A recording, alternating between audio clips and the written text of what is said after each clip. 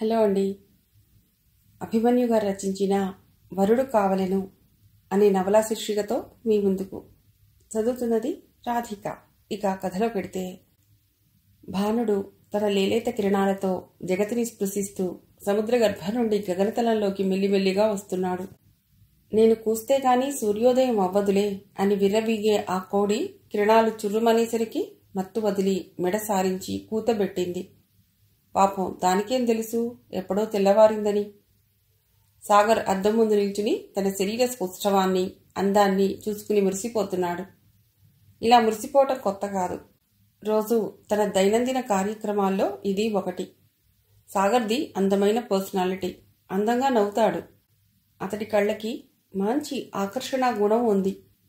ఏ స్త్రీ అయినా అతడిని చూశాక మనస్సు పారేసుకోక తప్పదు. అతనితో పొందు కోరుకోక మానదు. ఒక మాటలో చెప్పాలంటే అంత అందమైన శరీరాకృతిని చూసి మగవాళ్లే చెలించిపోతారు. సాగర్కి ఆంధ్రా బ్యాంక్లో ఉద్యోగం. మాటకారి, చిరునవ్వుతో చిలిపి మాటలతో ఇతరులను ఇట్టే ఆకర్షించగలుగుతాడు. ఇంకా పెళ్లి కాలేదు. ఎవరిని ప్రేమించలేదు. ప్రేమించి పెళ్లి చేసుకుందామనే ఆలోచన లేదు. కానీ తన ఆశలకు, ఆశయాలకు, ఆలోచనలకు తగ్గ అమ్మాయి కోసం వెతుకుతున్నాడు. ఇప్పటికీ 26 సార్లు పెళ్లి చూపులకు వెళ్ళాడు. అందమైన ఆ పురుషుడు ఏ అమ్మాయి నచ్చలేదు. ఇప్పుడు మరో అమ్మాయిని చూడటానికి బయలుదేరుతున్నాడు. అయ్యా సాగర్ బాబు, త్వరగా రావాలి, అవతల దుర్ముహూర్తం వచ్చేస్తాది. పేరయ్య శాస్త్రి పిలుపుతో సాగర్ చివరిసారిగా అద్దంలో చూసుకుని యువతలకొచ్చాడు. మంచి ఒడ్డు పొడుగు ఉన్న కొడుకును చూసి విశ్వనాథం మురిసిపోయాడు. కానీ వాడికి గల ఒకే ఒక్క దుర్గుణం మంకుపట్టు వలన ఇన్ని సంబంధాలు చూడవలసి వస్తోంది. ఈసారైనా అమ్మాయి నచ్చితే బావుండు అని తనలో తానే అనుకుని భారంగా నిట్టూర్చాడు. విశ్వనాథంకి ఒక కొడుకు, 2 కూతుళ్ళు. స్కూల్ టీచర్గా రిటైర్ అయ్యే నాటికి 2 కూతుళ్ళకి పెళ్లిళ్లు చేసేశాడు. అప్పటికింకా కొడుకు సాగర్కి ఉద్యోగం రాలేదు. రిటైర్ అయ్యాక వచ్చే సొమ్ము పిల్లల పెళ్లిళ్లకి చేసిన అప్పులు తీరటానికి చాలేదు. అదృష్టం బాగుండి ఎంఎస్సీ కంప్లీట్ చేసిన మరు సంవత్సరమే సాగర్కి ఆంధ్రా బ్యాంక్లో ఉద్యోగం వచ్చింది. అప్పటి నుండి తన జీతంతో, తండ్రికి వచ్చే పెన్షన్తో పెళ్లిళ్లకి చేసిన అప్పులకి వడ్డీలు కడుతూ కాలం వెళ్లబుచ్చుతున్నారు. తమ అప్పులు తీరాలంటే ఏదైనా లాటరీ తగలాలి, లేదంటే లంకె బిందెలైనా దొరకాలి, కాదంటే ఏ దేవతైనా కనికరించి కనకవర్షం కురిపించాలి. సాగర్ తన మేనమామ కూతురు రాధను పెళ్లి చేసుకుందామనే అనుకున్నాడు. ఇది ఇంట్లో వాళ్ళందరికీ సమ్మతమే. అయితే చివరి నిమిషంలో సాగర్కి బ్రహ్మాండమైన ఆలోచన వచ్చింది. అటువంటి ఆలోచన రావటానికి కారకులు స్నేహితులు, సహోద్యోగులు. నీ పర్సనాలిటీకి లక్షల లక్షలు కట్నం ఇస్తారు అన్నాడు ఓ స్నేహితుడు. ఏ కోటీశ్వరుడి కూతుర్నో పెళ్లి చేసుకుని అలా అలా ఎదిగిపోవాలి గాని ఇదేమిటి ఇంకా మేనరికం గీనరికం అంటూ కూర్చుంటావు అంటూ ఓ కొలీగ్.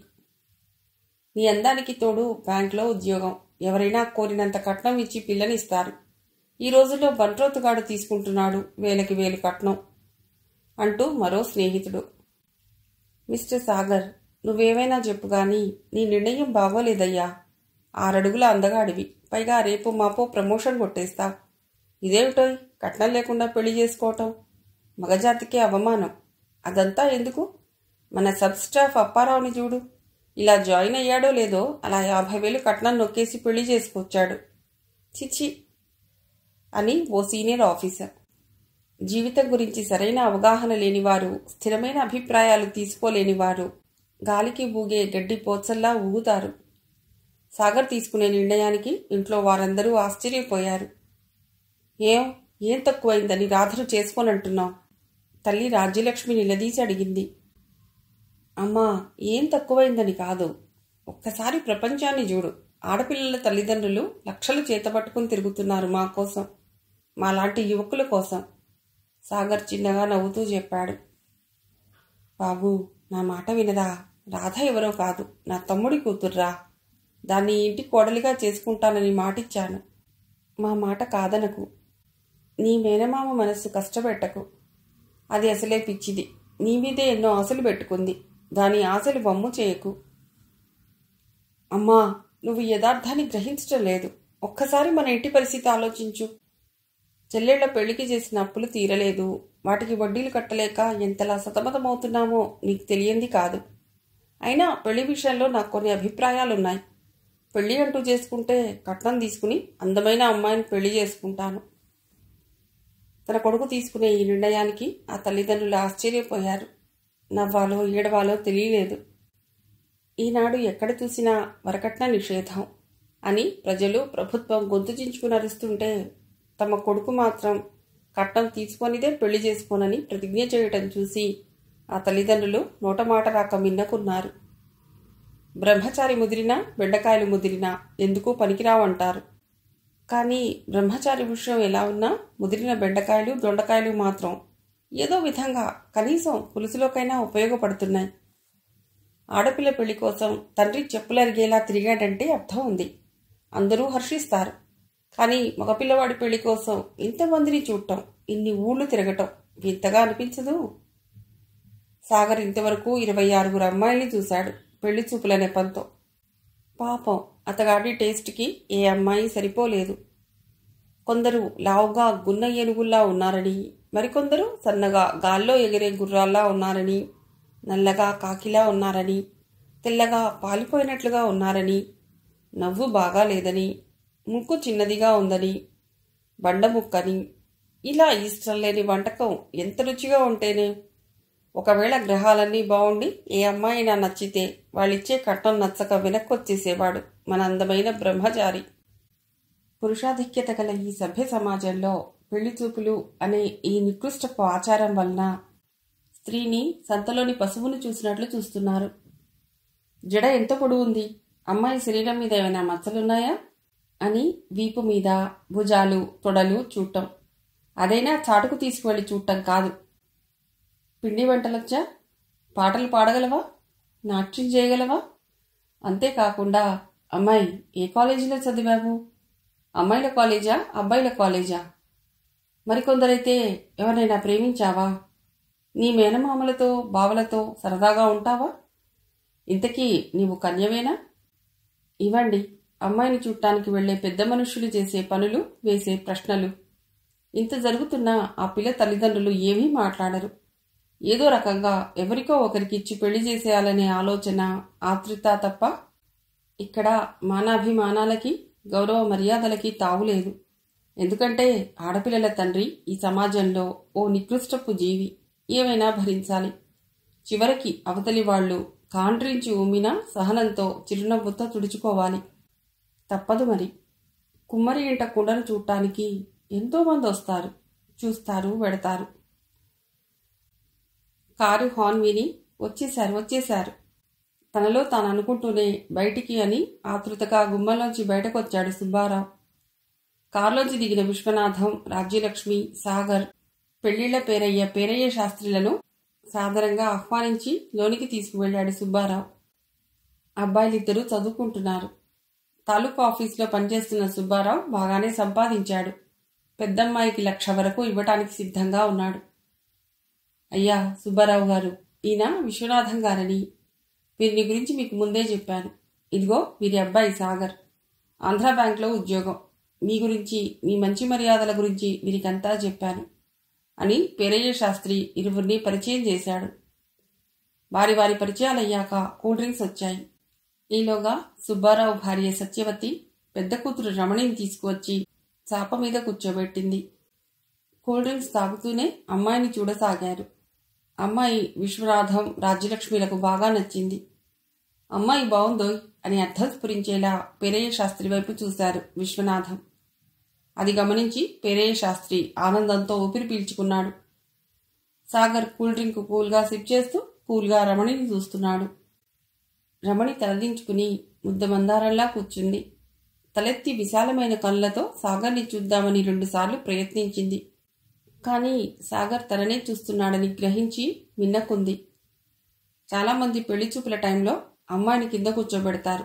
అందరూ కుర్చీలో కూర్చుంటే ఈ అమ్మాయి ఒక్కత్తి ఏదో నేరం చేసినట్టు కింద కూర్చోవటం.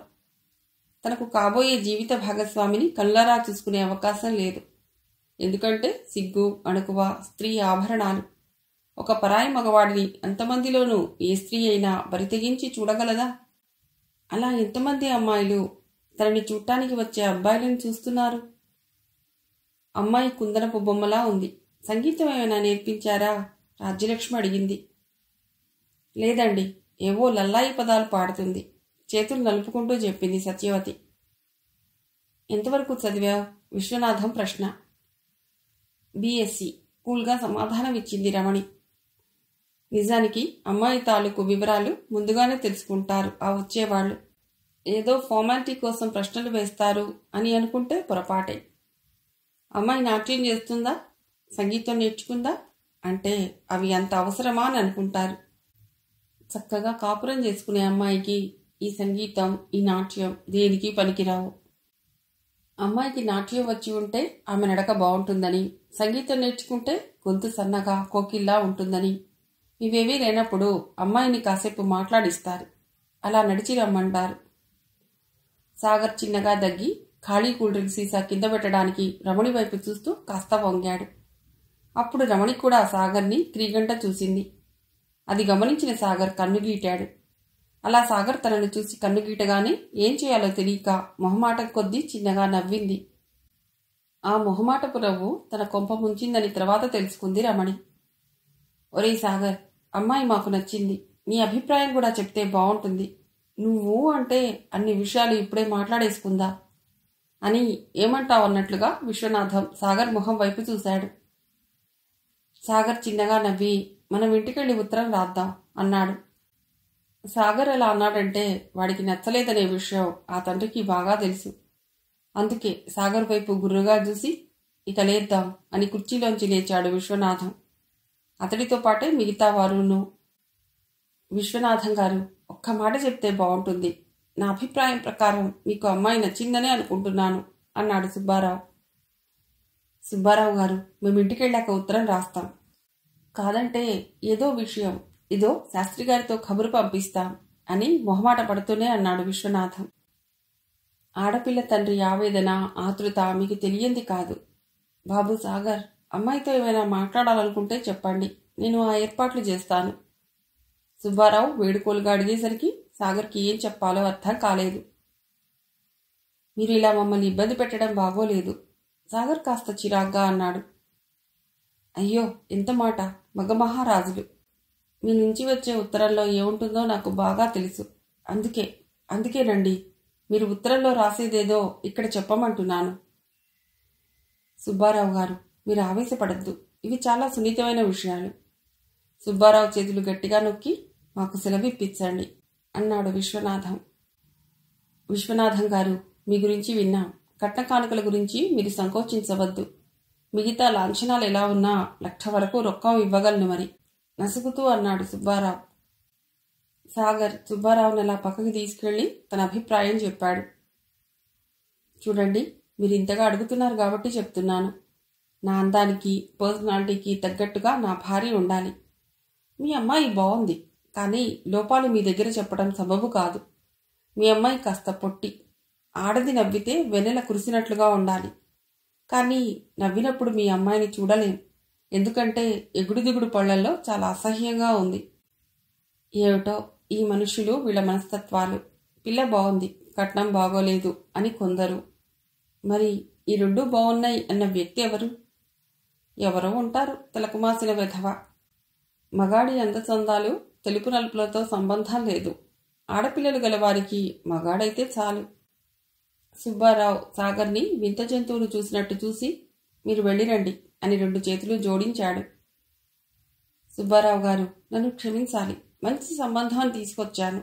అబ్బాయికి నచ్చినప్పుడు చేసేది ఏమీ లేదు.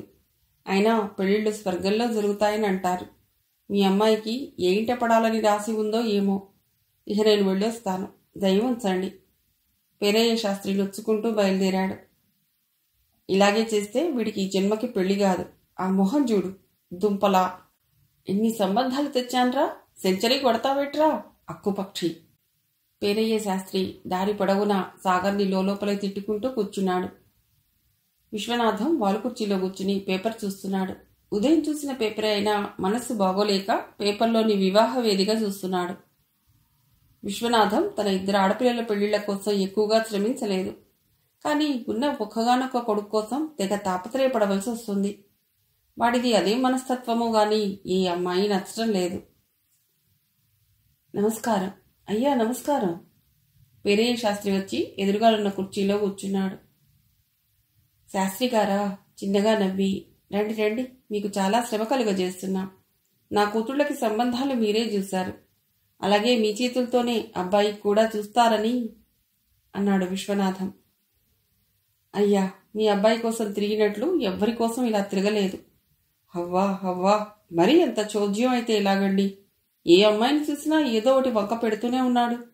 నేను ఇంకా మీ దగ్గరికి వస్తున్నానంటే మీ మీదున్న గౌరవం కొద్దీ వస్తున్నానండి, అంతే అని నశ్యం డబ్బా తీసి 2 వేళ్లతో కాస్త నశ్యం తీసి పీల్చాడు. ఇందులో నా ఇష్టం ఏముందయ్యా, కాపురం చేసేది వాడు. ఏదో దేవుడి దయ వలన ఏదో ఒకటి ఖాయమైపోతే హాయిగా ఊపిరి పీల్చుకోవచ్చని అనుకుంటున్నాను. అదేమిటో మరి వాడి దురదృష్టం. ఎన్ని సంబంధాలు చూసినా ఒక్కటి కుదరటం లేదు అని భారంగా నిట్టూర్చాడు విశ్వనాథం.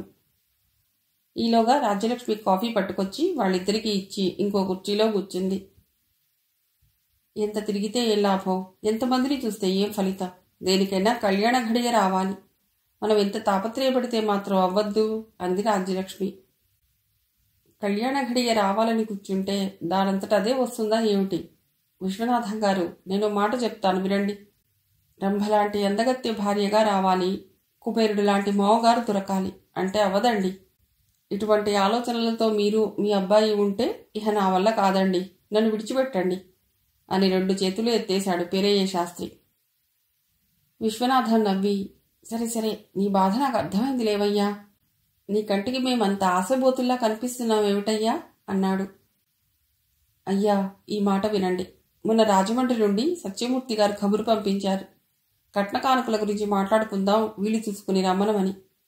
విశ్వనాథం గారు, మీ అబ్బాయికి ఆ అమ్మాయి సరైన జోడి, మంచి సాంప్రదాయం గల కుటుంబం. ఆ అమ్మాయి మీరు కోరుకున్నట్లుగానే అందంగా ఉంటుంది. కట్నం ఎక్కువ కావాలని భీష్మించుకుని కూర్చుంటే అయ్యే పని కాదు. కాస్త పట్టుబిడుపు ఉండాలి అని కాసేపు ఆగి అన్నాడు పేరయ్య. ఇప్పటికే మీ అబ్బాయి చాలామందిని చూశాడు. ఏ వయసులో జరగవలసినవి ఆ వయసులో జరిగితే అందంగా ఉంటుంది, లేకపోతే అభాసు పాలు కాక తప్పదు. తండ్రిగా మీరు గట్టిగా ఏదో నిర్ణయం తీసుకుంటే గానీ అవ్వదు. పేరయ్య శాస్త్రి అలా అనగానే విశ్వనాథంకి కోపం వచ్చింది. నిజానికి శాస్త్రి అన్న దాంట్లో తప్పేమీ లేదు. ఆ రోజు రాత్రి విశ్వనాథం సాగర్తో చెప్పాడు. సాగర్, ఎల్లుండి మంచి రోజు, రాజమండ్రి వెళ్ళి సత్యమూర్తి గారి సంబంధం ఖాయం చేసుకుందాం. ఏమాత్రం కట్నం ఇస్తారేమిటి? ఎంతో కొంత, దాని గురించి తర్జన భర్జన అవసరం. అమ్మాయి బాగుంది, నీ కోరుకున్నట్లు అందంగానే ఉంటుంది, మంచి సాంప్రదాయం గౌరవం గల కుటుంబం. విశ్వనాథం కోపంగా అన్నాడు. అంటే కట్నం తీసుకోకుండా చేసుకోమంటారు, తలాడిస్తూ అన్నాడు సాగర్. చేసుకుంటే తప్పేముంది? సాగర్ చిన్నగా నవ్వి, బాగుంది, కట్నం లేకుండా చేసుకునేవాణ్ణైతే ఇన్ని సంబంధాలు ఎందుకు చూస్తాను అన్నాడు. నువ్వు వింటేగా మా మాట, వెటకారంగా అన్నాడు విశ్వనాథం. అవును, వినలేదు నాన్న. ఈ ప్రపంచం నడిచేది డబ్బు మీద. ప్రతి మనిషి జీవిత గమ్యానికి డబ్బు ఇంధనం లాంటిది. డబ్బు కోసం మానవుడు దొంగతనాలు, దోపిడీలు, హత్యలు చేయిస్తున్నాడు. నువ్వెలా సంపాదించావని అడగదు ఈ లోకం, ఏమాత్రం సంపాదించావని అడుగుతుంది. ఎలా బతుకుతున్నావో ఈ ప్రపంచానికి అనవసరం. బతుకుతున్నావా లేదా కావాలి. సాగర్ ఆవేశంతో ఊగిపోతున్నాడు. విశ్వనాథం సాగర్ వైపు పరిశీలనగా చూసి, ఎంత చక్కగా మాట్లాడుతున్నావురా అని తనలో తానే అనుకుని, అందుకని నీవు అమ్ముడుపోయి వ్యక్తిత్వం లేని మనుషులా నిలుస్తానంటావు అన్నాడు. నాన్న, ఒక్కసారి గతం గుర్తు చేసుకోండి. చెల్లాయిలిద్దరికీ పెళ్లిళ్లు చేయటానికి ఎన్ని కష్టాలు పడ్డారు. వారికి వచ్చిన సంబంధాలు తిరిగి వెళ్ళిపోవటానికి కారణం ఏమిటి? వారు కోరినంత కట్నం మనం ఇవ్వలేకనే కదా. ఆఖరికి గతిలేక చిన్న ఉద్యోగమైన గవర్నమెంట్ జాబ్ అని పెద్ద మొత్తంలో ముట్టజెప్పవలసి వచ్చింది. నాయనా సాగర్, నువ్వు చెప్పింది నిజమే, కాదనం. కానీ ఎవరో ఏదో చేశారని మనం కూడా అలా చేయటం బాగాలేదురా. నీ మొండి పట్టుదలతో ఎంతకాలం అలా ఉంటావురా? తండ్రి కొడుకుల వాదనలు వింటున్న రాజ్యలక్ష్మి కొడుక్కి సర్ది చెప్పాలని చూసింది. అసలు పెళ్ళెందుకు అని ఎవరైనా ప్రశ్నిస్తే కట్నం కోసమని ఠక్కున సమాధానం వస్తుంది. అబ్బెబ్బే, నాకు కట్న కానుకలతో పనిలేదు అని మేకపోతు గాంభీర్యం చూపిస్తారు నేటి యువకులు. అయితే సాగర్కి అందమైన అమ్మాయి కావాలి, కట్న కానుకలు కావాలి. ఎంతైనా మగాడు గదా, అందులోనూ వైట్ కాలర్ జాబ్. ప్యూన్ తీసుకుంటున్నాడు కట్నం. మరి తను ఇంత కావాలని అడగటంలో తప్పు లేదు గదా. అదే మగాడి అహం. ప్రతి సమస్యకి ఒక పరిష్కారం కావాలి. పరిష్కారం లేని సమస్య ఉంటుందా? కాకపోతే మనకు తెలియకుండానే కొన్ని సమస్యలు కాలగమనంలో పరిష్కారం అయిపోతూ ఉంటాయి. నేటి వరకట్నం సమస్య మనిషి తెలివితేటల వలన ఆ మనిషికి తెలియకుండానే ఏ రూపాన్ని సంతరించుకుంటుందో ఏమో. సత్యమూర్తి ఓ చిన్నకారు రైతు. అతడికి 3 కూతుళ్ళు. 2 అమ్మాయిలకి పెళ్లిళ్లు చేసేసరికి అతడికి గల 10 ఎకరాల పొలం కర్పూరంలా హరించుకుపోయింది. 2వ అమ్మాయిది కూడా అటువంటి చావే. అందంగా లేదని, పెళ్ళై ఎన్ని సంవత్సరాలైనా పిల్లలు పుట్టలేదని, నువ్వు గొడ్రాలివని ఇంకో పెళ్లి చేసుకోదలిచిన అల్లుడు కిరసనాయిలు పోసి తగలెట్టేశాడు. గ్రహాలు 9 అయినా ఆడపిల్లల తల్లిదండ్రులకు మాత్రం 10 గ్రహాలు. ఈ 10వ గ్రహమే అల్లుడు. ఈ 9 గ్రహాలకి ఏదో చేసి శాంతింపజేయవచ్చు. కానీ అల్లుడనే 10వ గ్రహానికి మాత్రం ఎంత చేసినా శాంతి కలగదు, తృప్తి తీరదు. బ్రహ్మరాక్షసిలా ఎంతసేపు ఇది కావాలి అది కావాలి అని పీడించుకు తినటమే. 2 కూతుళ్ళు అలా అల్లుళ్ల చేతుల్లో దుర్మరణం పాలయ్యేసరికి సత్యమూర్తికి మతిపోయింది. తన పిల్లల సుఖం కోసమని, వారికి ఎటువంటి కష్ట నష్టాలు తెలియకుండా ఉండటం కోసమని ఉన్న ఆస్తి అంతా దోచిపెట్టాడు. అయినా సుఖం లేకపోయింది. ఇప్పుడు 3వ కూతురు సంధ్య. అక్కయ్యల జీవితాలు చూశాక ఆ అమ్మాయి పెళ్లి చేసుకోనని భీష్మించి కూర్చుంది. అయినా ఆ తండ్రి ఊరుకుంటాడా? ఎవరి రాతకి ఎవరి బాధ్యులు అని వేదాంతం పలుకుతాడు. సంధ్యను విశ్వనాథం, సాగర్ చూశారు. అమ్మాయి నచ్చిందని ఉత్తరం రాశారు. అయితే సత్యమూర్తి ఏవో పనుల మీద తిరగటం వలన వెంటనే జవాబు రాయలేకపోయాడు. ఉత్తరం రాస్తే బాగోదని పేరయ్య శాస్త్రితో ఖబరు పంపించాడు. సత్యమూర్తి చాలా హడావుడిగా ఉన్నాడు. ఈరోజు కట్న కానుకల గురించి మాట్లాడుకోవటానికి విశ్వనాథం వాళ్ళు వస్తున్నారు. ఏదో రకంగా దాని పెళ్లి జరిగిపోతే బాగుండు అనే ఆలోచనలో ఉన్నాడు సత్యమూర్తి. విశ్వనాథం, సాగర్, పేరయ్య శాస్త్రి ట్రైన్ లేట్ వలన కాస్త ఆలస్యంగా వచ్చారు. వారిని సాదరంగా ఆహ్వానించాడు సత్యమూర్తి. అయ్యా సత్యమూర్తి గారు, అబ్బాయికి అమ్మాయి నచ్చింది, అమ్మాయికి అబ్బాయి నచ్చాడు. మరి మీకు అబ్బాయి నచ్చాడు, వాళ్ళకి అమ్మాయి నచ్చింది, నాకు మీరంతా నచ్చారు. మరి అసలు విషయం అందరికీ నచ్చేటట్లుగా మాట్లాడుకుంటే బాగుంటుంది. ఏమంటారు? పేరయ్య శాస్త్రి తన సహజ ధోరణిలో మాట్లాడి నస్యం పీల్చాడు. శాస్త్రి గారు, నా గురించి మీకు తెలుసు. పెద్దమ్మాయిలిద్దరికీ ఎంతెంత ఇచ్చామో మీకు తెలుసు.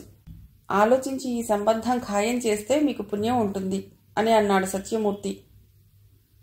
అది సరేనండి, మీరు ఏమాత్రం ఇవ్వగలరో చెబితే అని.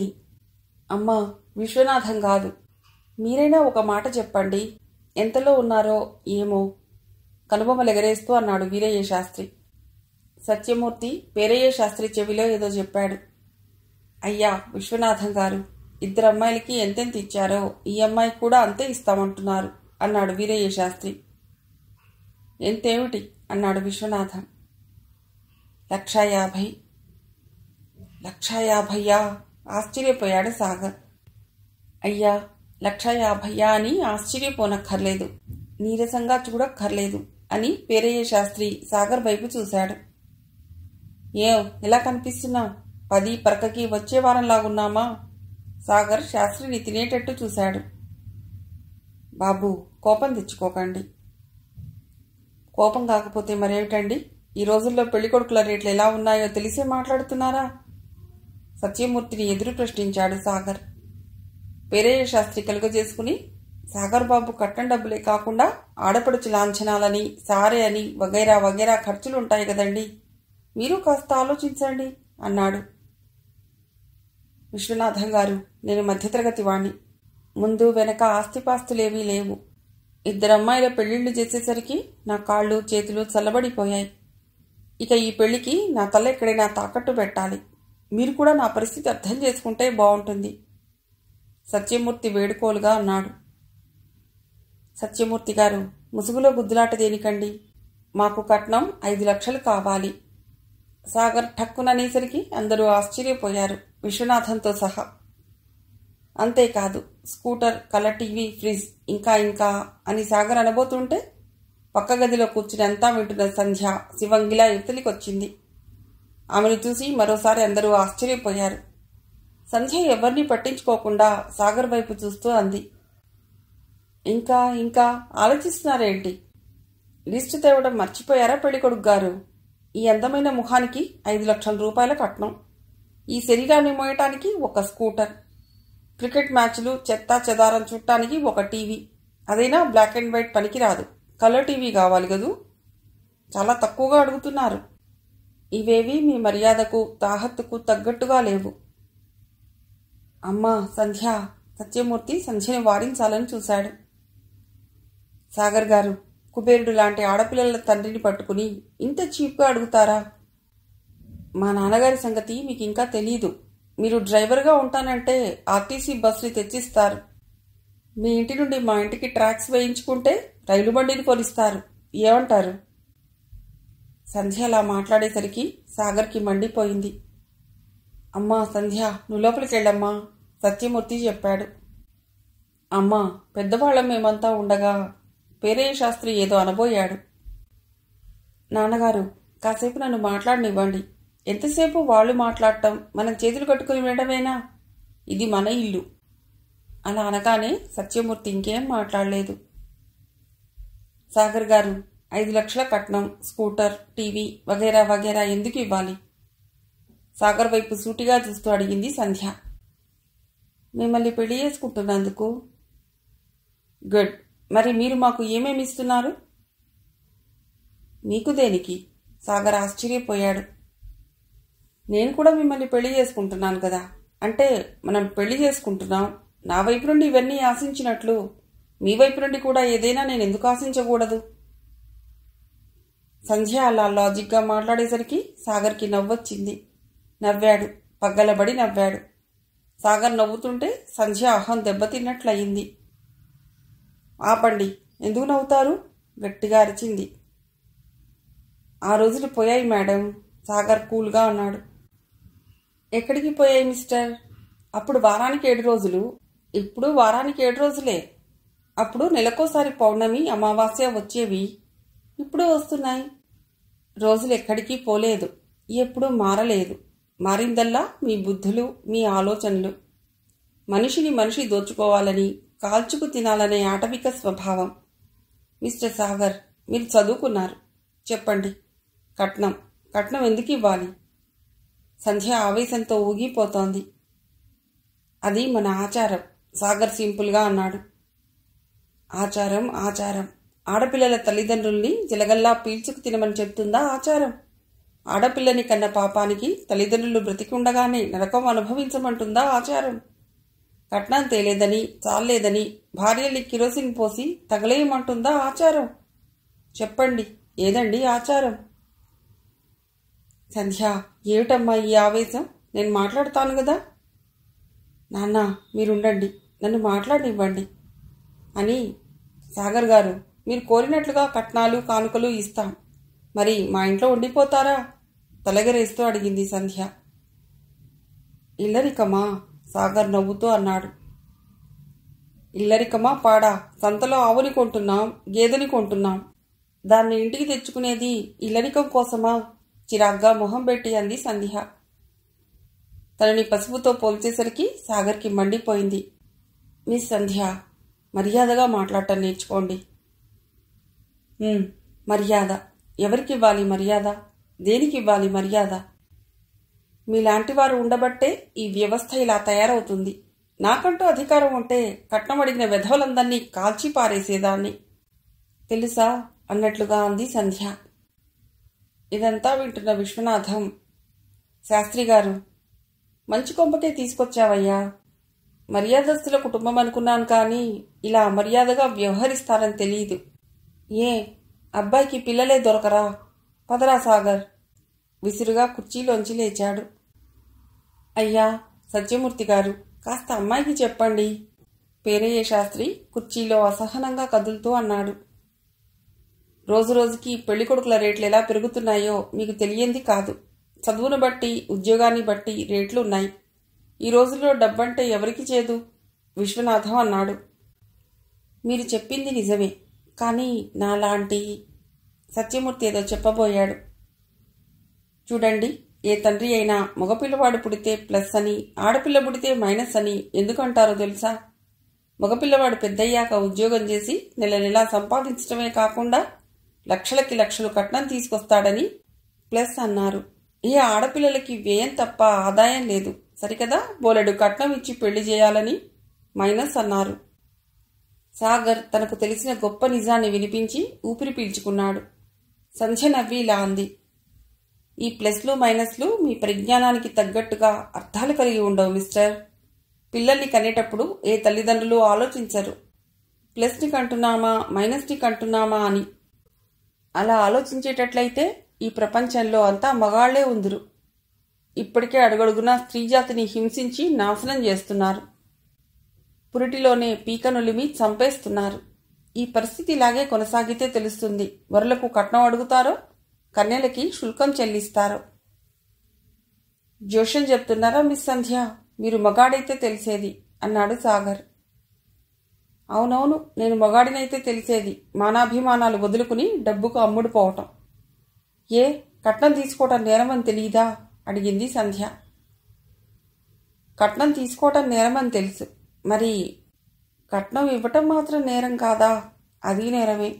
అయినా మీరు కోరినంత కట్నం ఇస్తాం, మా అమ్మాయిల్ని చేసుకోండి అని ఎగబడుతుంటే తీసుకోక ఏం చేస్తాం? డబ్బంటే చేదా? సంధ్యను పరిశీలనగా చూస్తూ అడిగాడు సాగర్. సంధ్య పేలవంగా నవ్వింది. ఈ కరువు రోజుల్లో తినటానికి తిండి దొరక్క అలమటిస్తుంటే లక్షలకి లక్షలు పోసి పెళ్లిళ్లు చేయగల స్థోమత ఎవరికుందండి? ఇలా కట్నాలిచ్చి పెళ్లిళ్లు చేయలేక ఎంతమంది తండ్రులు గుండెలు పగిలి చేస్తున్నారో. స్త్రీగా పుట్టిన నేరానికి ఎంతమంది పెళ్లిళ్లు కాక ఆత్మహత్యలు చేసుకుంటున్నారో మీకేం తెలుసు? కసాయివాడికెందుకు మేకపిల్ల అభ్యర్థనలు? ఇలాంటి పేదారుపులు మాటలు వాళ్ళు చాలా విన్నారు. ఈ వరకట్నం క్యాన్సర్, ఎయిడ్స్ వ్యాధుల కన్నా ప్రమాదకరమైంది. ఇది ఎంతగా ప్రబలిపోయిందో. ఎక్కడ చూసినా కట్నం కట్నం, ఎవరి నోట విన్నా కట్నం కట్నం. చదువుకున్నోడికి కట్నమే, చదువు లేనోడికి కట్నమే, ఉద్యోగికి కట్నమే, నిరుద్యోగికి కట్నమే, కానిస్టేబుల్కి కట్నమే, కారు తోలేవాడికి కట్నమే, రిక్షావాడికి కట్నమే, కానీకి ఠికానా లేని వెధవకి కట్నమే. కట్నం కట్నం కట్నం. కట్నాల కోసం ఆడపిల్లల తల్లిదండ్రుల్ని రాబందుల్లా పీక్కు తింటున్నారు. మీ కట్నాల కోసం, మీ ధనదాహం తీర్చడం కోసం ఎవరి బుర్రలు బద్దలు కొట్టాలి? ఎన్ని బ్యాంకులు దోచుకోవాలి? సంధ్య ఆవేశంతో ఊగిపోతుంటే ఆమె మాటలు వినలేక అక్కడి నుండి మెల్లిగా జారుకున్నారు విశ్వనాథం, సాగర్, వీరయ్య శాస్త్రి. అంతా నా కర్మ, ఇహ ఈ జన్మలో దీనికి పెళ్లి కాదు. సత్యమూర్తి నెత్తిబాదుకున్నాడు. ఎందుకు నాన్న అలా బాధపడతావు? పెళ్లి కాకపోతే బతకలేమా? బతకలేమనా ఇవన్నీ చేస్తున్నా? ఇప్పటికే ఆలస్యమైంది. ఇంకెన్నాళ్ళమ్మా పెళ్లి చేయకుండా ఇంట్లో ఉంచుకుంటాను? సత్యమూర్తి సంధ్య తల నిమురుతూ అన్నాడు. నాన్నా, నేను ఇంట్లో ఉండటం భారంగా ఉందా? మనిషి జీవితంలో పెళ్లి ఒక ముఖ్యమైన ఘట్టం. అది స్త్రీ పురుషులిద్దరికీ సంబంధించింది. మరి స్త్రీని ఎందుకు బలిపశువుగా చేస్తున్నారు? స్త్రీ ఎందుకు డబ్బు చెల్లించి పెళ్లి చేసుకోవాలి? హిందూ సాంప్రదాయం ప్రకారం వివాహ వ్యవస్థ అతి పవిత్రమైనది. మరి అతి పవిత్రమైన ఈ వివాహ వ్యవస్థ పురుషుడు ఎందుకు చిన్నాభిన్నం చేస్తున్నాడు? చిత్రం ఏమిటంటే, నా మొగుడు నన్ను చంపేస్తున్నాడు, ఈ కాపురం నేను చేయలేను మొర్రో అని ప్రాణభయంతో కన్నవారింటికి పరిగెత్తుకొచ్చిన కూతుర్ని చావైనా బతుకైనా నీ భర్తతోటిదేనని తిరిగి ఆ నరకకూపంలోకి గెంటేసిన తండ్రి ఒక మగాడే గదా. పురుషాధిక్యత గల ఈ ప్రపంచంలో స్త్రీలు కేవలం బానిసలు. స్త్రీ శరీరాన్ని చీల్చుకు పుట్టిన ఈ పురుషుడు స్త్రీని తంతున్నాడు, నిప్పుల్లోకి తోస్తున్నాడు, చంపుతున్నాడు. ఇంకా ఎన్నాళ్ళు ఈ మారణ హోమం? ఎంతకాలం సాగుతుంది దౌర్జన్యం? ఓ మగాడా, స్త్రీజాతిని సమూలంగా నాశనం చేయడమే నీ ధ్యేయమా?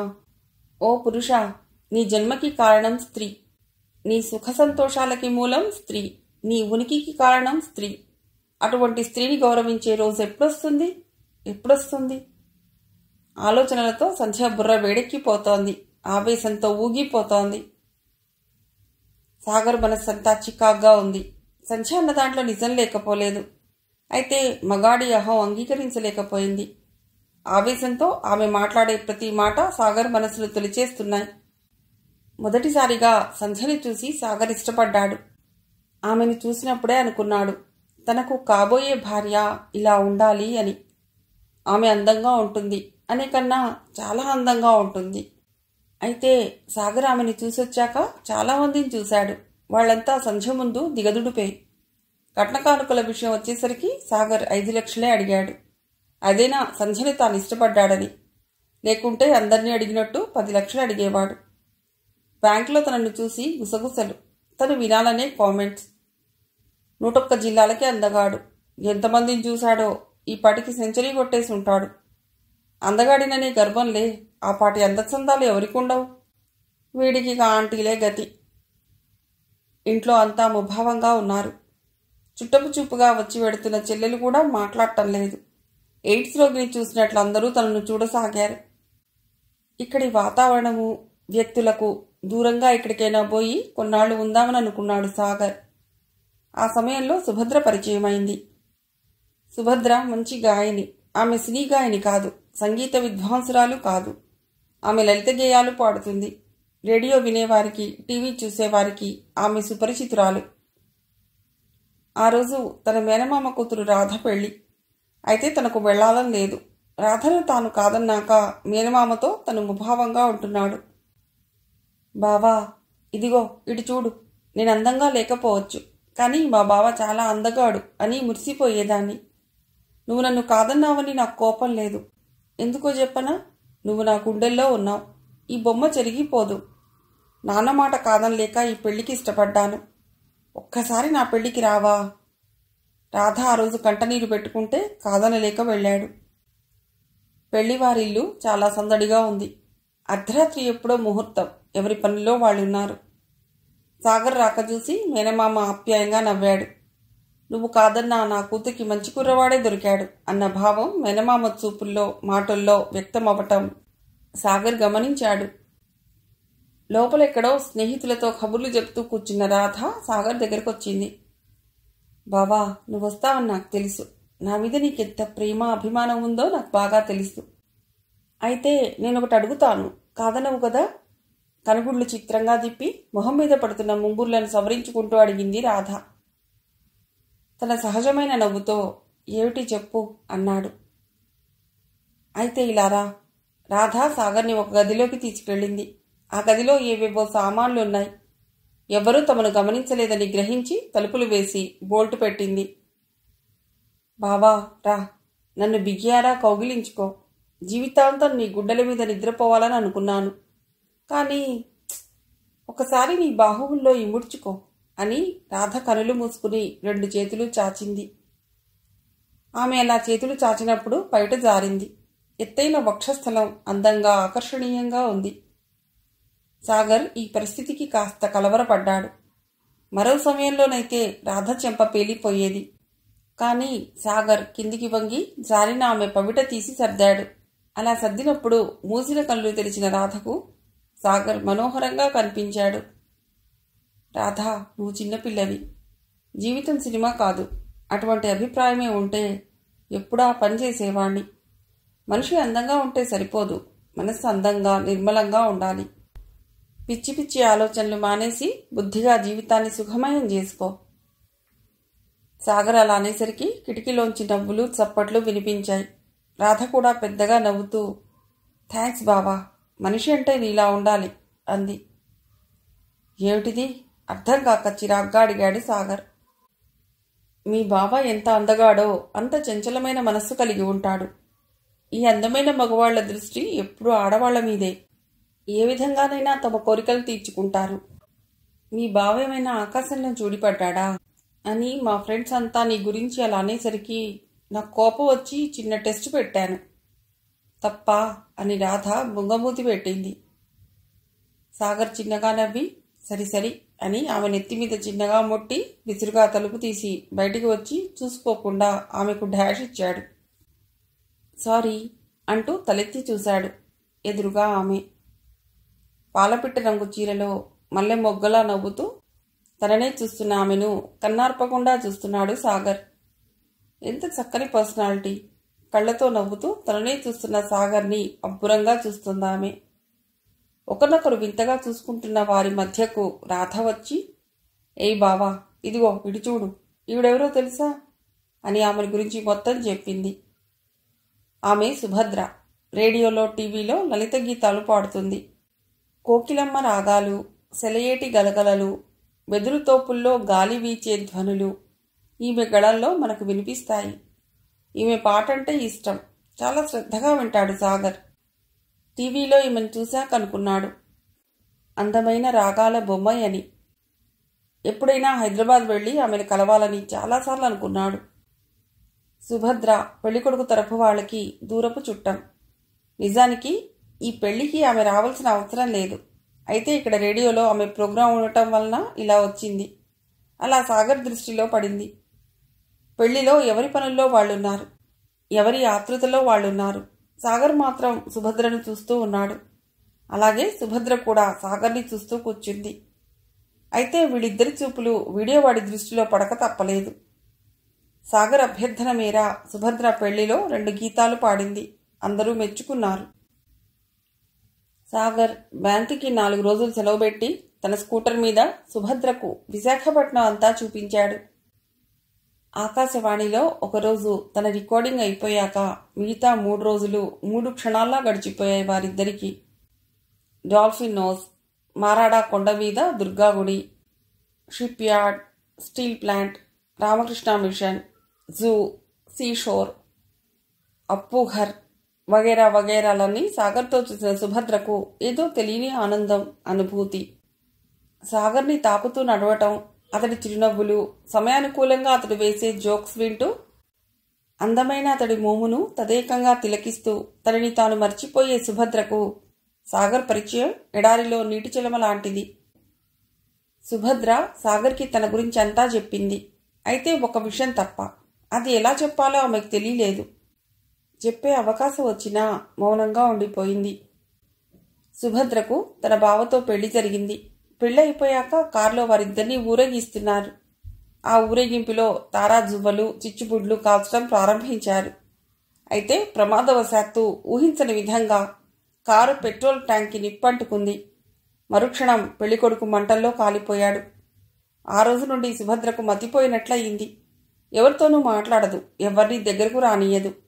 తన బావ ఫోటో పట్టుకుని ఏడుస్తూ కూర్చునేది. కాలచక్ర భ్రమణంలో కష్టసుఖాలు ఒకదాని వెంట ఒకటి వస్తూనే ఉంటాయి, పోతూనే ఉంటాయి. ఏవీ శాశ్వతం కావు. మరుపు అనేది మానవ జాతికి దేవుడిచ్చిన అద్భుతమైన వరం. చదువుకునే రోజుల్లో తను నేర్చుకున్న సంగీతం ఇప్పుడు సుభద్రను ఒక మనిషిగా నిలిపింది. ఏదో సరదాకి తీరిక వేళల్లో పాడుకునే పాటలు ఇప్పుడు అభిమానంతో అంతా వింటున్నారు. తనకు కలిగిన కష్టం నుండి, విధి చేసిన క్రౌర్యం నుండి సుభద్ర ఇప్పుడిప్పుడే బయటపడుతోంది. గతం మర్చిపోవటానికి ప్రయత్నిస్తోంది. అయితే సాగర్తో పరిచయం వలన సుభద్రకు నూతనోత్సాహం వచ్చింది. మోడుబారిన జీవితం చిగురించడం ప్రారంభించింది. తీగ తెగిన వీణ మోగదేమో అనుకున్నారు.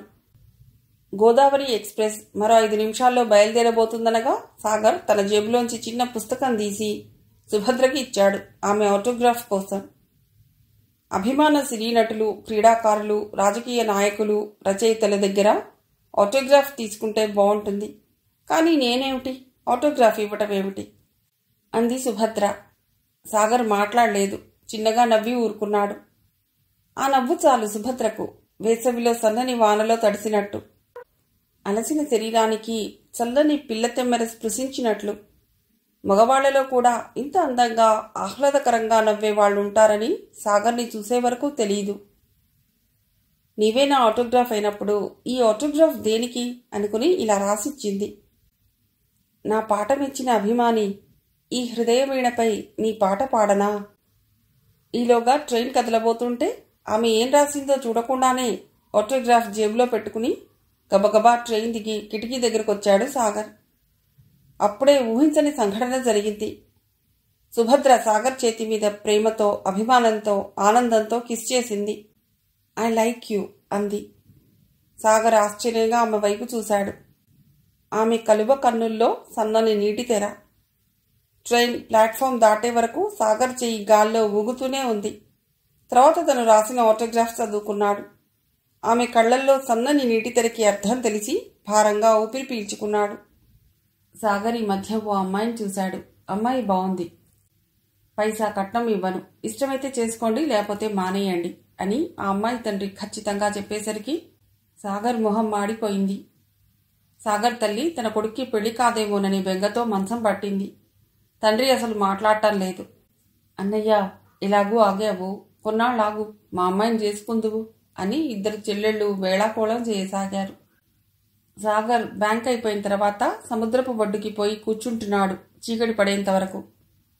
అక్కడెక్కడో మధ్యలో పెద్దగా విరిగి రాను రాను చిన్నదై నురగలు కక్కుతూ ఒడ్డును తాకి మరంతలోనే వెనక్కిపోతున్న కెరటాలను చూస్తూ కూర్చుంటే కాలమే తెలియదు. ఆ సముద్రంలోని కెరటాల్లాగే సాగర్ బుర్రలో ఎన్నో ఆలోచనలు. కట్నం తీసుకోవటం తప్ప ఒప్ప అని కాదు, అందరూ తీసుకుంటున్నారు, తను తీసుకోవటంలో తప్పేమిటి? అది సామాజిక నేరం అని అందరికీ తెలుసు. అయినా ఆడపిల్లలకి కట్నాలు ఇవ్వకుండానే పెళ్లిళ్లు చేసేస్తున్నారా? లేదే, తన చెల్లెళ్లకి కట్నం ఇవ్వనిదే పెళ్లి జరగలేదు.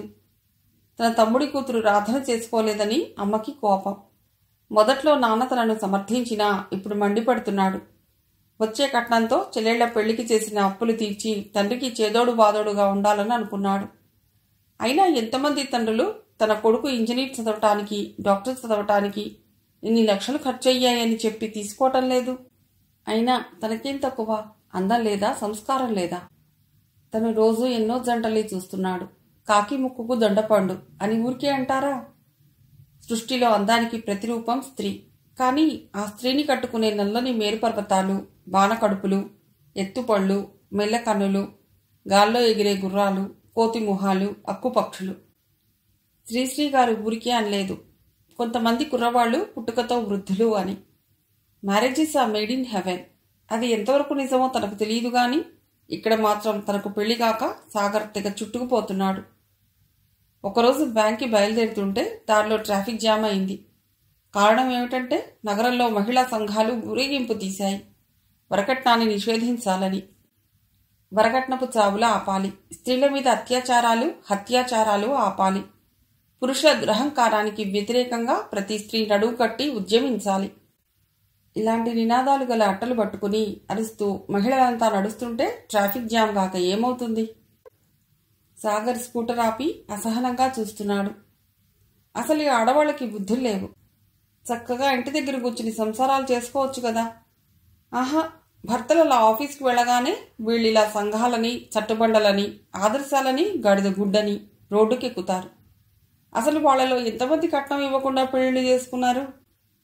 ఎంతమంది భర్త చేత తన్నులు తినకుండా ఉన్నారు? భర్త కాళ్ళు పిసక్కుండా ఎంతమంది ఉన్నారు? ఎక్కడో ఎవరికో ఏదో అయ్యిందని ఇక్కడ ఇలా రెచ్చిపోతున్నారు. మొన్నటికి మొన్న సారా మాకొద్దు, సారాని నిషేధించాలని పెద్ద దుమారం లేపారు. సారా తాగి తమ మొగుళ్లు పాడైపోతున్నారని, తమను సర్వనాశనం చేస్తున్నారని. అలాగేనని ప్రభుత్వం సారాను నిషేధించింది. కానీ బ్రాందీలు, విస్కీలు, రమ్లు, బీర్లు నిషేధించిందా? లేదు. సరికదా, వాటి అమ్మకాలు మాత్రం గణనీయంగా పెరిగాయి. వాడకో బార్, వీధికో బ్రాందీ షాపు. ఇంతకుముందు కూలీ నాలీ చేసుకుని బతికేవాళ్లు సాయంత్రం అయ్యేసరికి వచ్చే డబ్బులో సగం తాగి సగం ఇంటికి తీసుకెళ్లేవాళ్లు. చిత్రం ఏమిటంటే సారాను నిషేధించిన దగ్గర నుండి ఆ వచ్చే కూలీ డబ్బులు బ్రాందీ, విస్కీలకే చాలటం లేదు. ఇహ ఇంటికి ఏం పట్టుకెడతారు? ప్రజలను నిస్సత్తువు చేసి ఎల్లప్పుడూ మత్తులో ఉంచాలనే ప్లాన్లు చేస్తుంటారు నాయకులు. సారాను ఆపారు. బ్రాందీ, విస్కీలు ప్రవాహంలో వదిలారు. సీసా మారినా ద్రవం ఒక్కటే. Smoking is injurious to health అని ప్రకటించి మరీ సిగరెట్ పెట్టెలు అమ్ముతున్నారు. ఈ నాయకులు వేసే జిత్తుల మారి ఎత్తులు ఈ ఆడవాళ్లు గ్రహించరు. నోరు ఉందని అరిస్తే, జుట్టు ఉందని కొప్పులు బిగిస్తే సరిపోతుందా? సమస్యలు తీరిపోతాయా? ఈ మధ్య సాగర్ ఆడవాళ్ల మీద తెగ విరుచుకు పడుతున్నాడు. వాళ్ల పొడగిట్టడం లేదు. అసలు స్త్రీకి వ్యక్తిత్వం ఉండకూడదు, స్వతంత్ర నిర్ణయాలు తీసుకోకూడదు, ఆమె ఎప్పటికీ పురుషుడి మీదే ఆధారపడాలి అని వాదిస్తాడు. సాగర్ బ్యాంకులో సేవింగ్స్ ఖాతా సెక్షన్ చూస్తుంటాడు. ఆ రోజు ఇద్దరు అమ్మాయిలు వచ్చి డబ్బులు తీసుకోవటానికి అని విత్డ్రా ఫామ్ అడిగారు. సాగర్ నవ్వుతూ ఇచ్చాడు. ఆ ఇద్దరు అమ్మాయిలు సాగర్కి తెలుసు. వాళ్ళు యూనివర్సిటీలో పీజీ చేస్తున్నారు. తరచూ బ్యాంక్కి వాళ్ళు రావటం వలన పరిచయం, కొంత చనువు ఏర్పడింది. సాగర్ని బ్యాంక్లో అందరూ డ్రీమ్ బాయ్ అని పిలుస్తుంటారు. ఆ విషయం కొందరు కస్టమర్లకు కూడా తెలుసు. అయితే ఒకరిద్దరు ఆడ కస్టమర్లు మాత్రం ముద్దపప్పు అని కొనుక్కుంటారు. పేరుకి 6 అడుగులు మగాడే కానీ చెయ్యి తగిలినా స్పందించడు, పవిట జారినా చలించడు. ఏం సార్ మీ పెళ్ళెప్పుడు? మీ పెళ్ళికి మమ్మల్ని పిలుస్తారా అని ఒక అమ్మాయి నవ్వుతూ అడిగింది. తొందరే ఉంది పొడిగా అన్నాడు సాగర్. తొందరగా చేసుకోండి, ముసిలైపోతున్నారు హేళనగా నవ్వుతూ రెండో అమ్మాయి అంది. మన గురుడు చాలామందినే చూశాడే, పాపం ఆ ఫేస్కి ఎవరూ నచ్చలేదో లేక ఈ ఫేస్ ఎవరికి నచ్చలేదో. మొదటి అమ్మాయి అలా అనేసరికి అక్కడున్న కస్టమర్లు, కొలీగ్స్ పగలబడి నవ్వసాగారు. సాగర్ ఆ నవ్వులు వినలేక విసురుగా కుర్చీలోంచి లేచిపోయాడు. సాగర్ గారికి, మీ సాహచర్యం వలన, మీరు చూపే ఆత్మీయత, ఆదరణ వలన నేను తిరిగి మామూలు మనిషినయ్యాను. నిజం, మీతో గడిపిన ఆ 4 రోజులు మరపురానివి, మధురమైనవి. మూడుబారిన నా జీవితానికి పులకరి జల్లులు మీ అందమైన నవ్వు. ఒకసారి మా ఇంటికి రండి, మీతో మనసు విప్పి చెప్పుకోవలసినవి చాలా ఉన్నాయి. దయచేసి దయచేయండి. ఇట్లు మీ అభిమాన గాయని సుభద్ర. సాగర జీవితంలో సూర్యోదయాలు, సూర్యాస్తమయాలు సాదాసీదాగా జరిగిపోతున్నాయి. సుభద్ర దగ్గర నుండి లెటర్ వస్తుందని ఊహించలేదు. ఎప్పుడైనా హైదరాబాద్ పెడితే ఆమె దగ్గరికి వెడదామని అనుకున్నాడు. అయితే ఇలా తనను ఆహ్వానిస్తూ సుభద్ర లెటర్ రాస్తుందని మాత్రం ఊహించలేదు. ఆమె భావగర్భితంగా రాసిన ఉత్తర సారాంశం మాత్రం సాగర్కి అర్థం కాలేదు. అయినా తను రిలీఫ్ కావాలని కోరుకుంటున్నాడు. అందుకే సుభద్ర దగ్గరకు వెడదామని నిర్ణయించుకున్నాడు. బ్యాంకుకి 4 రోజులు సెలవు పెట్టి గోదావరికి బయలుదేరాడు. సాధారణంగా ఎప్పుడూ రష్గా ఉండే గోదావరి ఎక్స్ప్రెస్ ఆ రోజు కాస్త ఖాళీగానే ఉంది. సాగర్ తన బెర్త్ చూసుకుని ఏదో మ్యాగజైన్ తిరిగేస్తూ కూర్చున్నాడు. ట్రైన్ మరో 5 నిమిషాల్లో కదలబోతుందనగా ఓ దంపతులు వచ్చి ఎదురు బర్త్ మీద కూర్చున్నారు. వాళ్ల చేతుల్లో 2 ఏళ్ల బాబు ఉన్నాడు. సాగర్ ట్రైన్ కుదుపుకి మ్యాగజైన్లోంచి తల ఎత్తి చూశాడు. ఎదురుగా కూర్చున్న ఆమె తనని చూడటం చూసి కాస్త కలవరపడ్డాడు. ఆమె పైనుండి చూపు మరల్చి ఎటో చూడటం ప్రారంభించాడు. అయినా ఆమె తననే చూస్తుందని గ్రహించాడు. తను మ్యాగజైన్ చదువుతున్నా ఆమె గురించి ఆలోచిస్తున్నాడు. ఆమెను తను ఎక్కడో చూశాడు, కానీ గుర్తుకు రావటం లేదు. ఏమండి, మీరు సాగర్ కదా? చొరవ చేసి ఆమె అలా అడిగేసరికి సాగర్ అవునని తలూపాడు. మీరెప్పుడైనా రాజ్యం వచ్చారా? సాగర్ కాసేపు ఆలోచించి ఒకసారి వచ్చానండి అన్నాడు. అయితే నన్ను గుర్తుపట్టారా? నేను సుబ్బారావు గారి అమ్మాయిని, రమణిని. గుర్తుకొచ్చారు. బాగున్నారా? మొహమాటానికి ఓ వెర్రి నవ్వు నవ్వాడు సాగర్. ఆ రోజు బలవంతంగా నా చేత నవ్వించారు. నా పళ్ళు కాస్త ఎత్తు ఉంటాయని కాదని వెళ్ళిపోయారు. నేను చాలా బాధపడ్డాను. అయినా దేవుడి దయ వల్ల బంగారం లాంటి భర్త దొరికాడు. కట్నం తీసుకోలేదు. ఉద్యోగం చిన్నదే అయినా నన్ను పువ్వుల్లో పెట్టుకు చూసుకుంటున్నారు. ఇదిగో ఈయనే మా వారు, మా అబ్బాయి. ఆగకుండా గలగలా మాట్లాడేస్తుంటే సాగర్ మొహం చిన్నబోయింది. అందం ఏం చేసుకుంటావండి, మనస్సు మంచిదై ఉండాలి. రమణి భర్త తనలో తాను అనుకుంటున్నట్లుగా అన్నాడు. వాళ్ల మాటలు సాగర్కి ఎక్కడ తగలాలో అక్కడ తగిలాయి. రమణి భర్తను చూశాడు. బాగున్నాడు, కట్నం తీసుకోలేదు అనగానే తన నెత్తి మీద పిడుగుబడ్డట్టు అయ్యింది.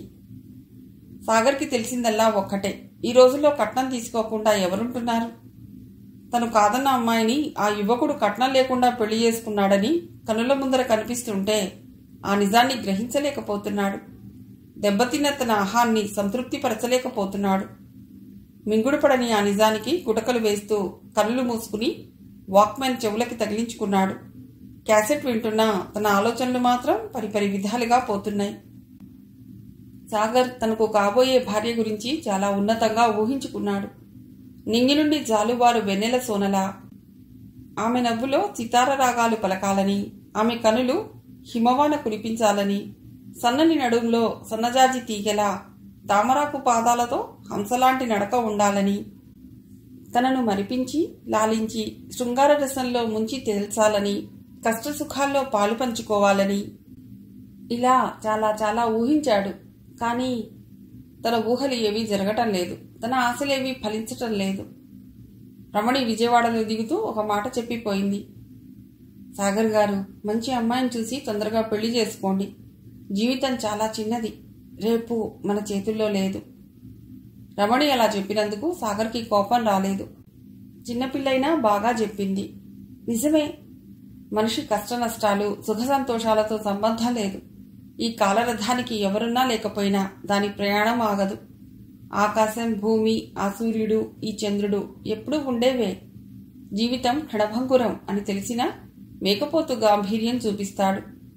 రేపు మన చేతుల్లో లేదు.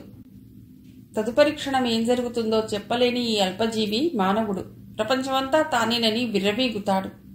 పెరుగుతుంది వయస్సు అని అనుకుంటాం, కానీ తరుగుతుంది ఆయువు అని తెలుసుకోలేం. మార్పు సహజం. మారుతున్న కాలంతో పాటు మనము మారాలి. మన అభిప్రాయాలు మారాలి, మన అభిరుచులు మారాలి. తాను పట్టిన కుందేటికి మూడే కాళ్ళు అంటే కుదరదు. కోడి కూస్తే గాని సూర్యోదయం అవ్వదు అనే మూఢత్వం విడనాడాలి. అప్పుడే మనిషి ప్రగతి. సతీ సహగమనం, వరకట్నం, బానిసత్వం, వ్యభిచారం అనే రుగ్మతలతో స్త్రీని హింసించకు. స్త్రీజాతిని నాశనం చేయకు. తండ్రిగా, భర్తగా, కొడుగ్గా స్త్రీకి అండగా ఉండవలసిన నీవే కంచి చేను మేస్తే చందంగా మారకు. ఓ మగాడా, తలుపులు మూసి పిల్లిని హింసిస్తే ఏమవుతుందో నీకు తెలియంది కాదు. రేపు నీ చేతుల్లో లేదనే విషయం మర్చిపోకు. ట్యాంక్ బండ్ మీద పురాణ పురుషులందరూ బారులు తీరి కొలువుదీరారు. వారు చాలదన్నట్లు ఏకంగా హుసేన్ సాగర్ మధ్యలో తథాగతుడు ఠీవీగా నిల్చున్నాడు. సాయంకాలమైతే చాలా మందికి ఆ ట్యాంక్ బండ్ విహార స్థలం. ఆ ట్యాంక్ బండ్ మీద నిల్చుని హుసేన్ సాగర్ మించి వీచే చల్లని గాలులు ఆస్వాదిస్తారు. అయితే అప్పుడప్పుడు చెడువాసనను గాలి మోసుకొచ్చినప్పుడు మాత్రం విసుక్కుంటూ ముక్కు మూసుకుంటారు. ఈ మాత్రం దానికే ముక్కులు మూసుకుంటే ఇక్కడే నిల్చున్నవేం ముక్కులు మూసుకోలేమా? రాతి రూపులోని పురాణ పురుషుల అనుమానం. అలా అయితే కొన్ని వందల రోజులు ఇదిగో ఈ కంపునీటలో నన్ను ముంచేశారు. నా బాధ ఎవరికి చెప్పుకోను అని బుద్ధ భగవానుడు దీనంగా అడుగుతున్నట్లుగా ఉంది. సాగర్, సుభద్ర పిడత కింద పప్పు తింటూ మెల్లమెల్లగా నడుస్తున్నారు. సుభద్ర ఏదో మాట్లాడుతుంది. సాగర్ వింటూ దిక్కులు చూస్తున్నాడు. ఏదైనా హోటల్కి వెళ్లి రూమ్ తీసుకుని తర్వాత సుభద్ర దగ్గరికి వెడదామని అనుకున్నాడు. అయితే తను ఉదయం ట్రైన్ దిగేసరికే హలో అంటూ సుభద్ర ఎదురొచ్చింది. నేను వస్తున్నట్లు ఆమెకిలా తెలిసినని అడిగాడు ఆశ్చర్యంగా. ఆమె చిన్నగా నవ్వింది, బదులు చెప్పకుండా. దిల్సుఖ్ నగర్లో అందమైన ఆ ఫ్లాట్ సుభద్ర వాళ్ళది. ఇల్లు చిన్నదైనా చాలా అందంగా రకరకాల పూల మొక్కలతో ఆహ్లాదంగా ఉంది. ఆ ఇంట్లో సుభద్ర వాళ్ళ అమ్మగారు పార్వతి ఉంటున్నారు. సాగర్, ఈ విషయం చెప్పు, నువ్వింకా పెళ్ళెందుకు చేసుకోలేదు? నడుస్తున్నదల్లా ఆగి అడిగింది. అనుకోని ఈ ప్రశ్నకి సాగర్ కాస్త తడబాటు చెంది నవ్వి ఊరుకున్నాడు. అలా నవ్వి ఊరుకుంటే కుదరదు, చెప్పాలి అని సుభద్ర సాగర్ చేయి పట్టుకుని అక్కడున్న పచ్చిక మీద కూర్చోబెట్టింది. మీరు అని గౌరవించుకునేవాళ్లు బహువచనం నుండి ఏకవచనంగా మారింది. సుభద్ర గారు అని పిలిస్తే కాదు సుభద్ర అని మీరు స్థానంలో నీవు అని చెప్పింది. అయితే సాగర్ కాస్త ఇబ్బందిగానే ఫీల్ అయ్యాడు. సాగర్ తన గురించి, తన కుటుంబ వ్యక్తుల గురించి, తన పెళ్లి చూపుల గురించి, కట్నకానుకల గురించి ఏకరువు పెట్టాడు. అంతా విన్న సుభద్ర అనుకుంది, ఈ పురుషుడు ఇంతవరకు తన కోసమే ఆగాడేమోనని. అయితే మీ ఊహల సుందరి తారసపడితే ఆమెను పెళ్లి చేసుకుంటారా? ఓ తప్పకుండా. అయితే నేను ఒక నిర్ణయం తీసుకున్నాను. ఏమిటది? కట్నం తీసుకోను. ఒక్కసారి గాలి స్తంభించినట్లయింది. హుసేన్ సాగర్ మించి అలలు క్షణకాలం కదలిక మానేసినట్లయింది. సుభద్ర ఆనందం పట్టలేక సాగర్ చేతిని చిన్నగా గిల్లింది. ఆ రోజు రాత్రి సుభద్రకు నిద్ర పట్టలేదు. చాలా ఆనందంగా ఉంది. ఈ మధ్యకాలంలో తను ఇంత ఆనందంగా లేదు. అద్దంలో చూసుకుంది తన అందచందాలు. తనకేం తక్కువ? సాగర్ చెప్పే ఊహాసుందరి సొగసులు తనలోనూ ఉన్నాయి. బహుశా నన్ను చూసే అలా అని ఉంటాడు. పైగా నేను అతగాడి అభిమాన గాయన్ని. అర్ధరాత్రి సాగర్ రూమ్కి వెళ్లి చూసింది. ఆదమర్చి నిద్రపోతున్నాడు. సాగర్ తనను అభిమానిస్తున్నాడు. మరి ప్రేమిస్తున్నాడా? లేకపోతే తనెందుకొస్తాడు? కేవలం అభిమానమే అయితే ఇంత దూరం రాడు.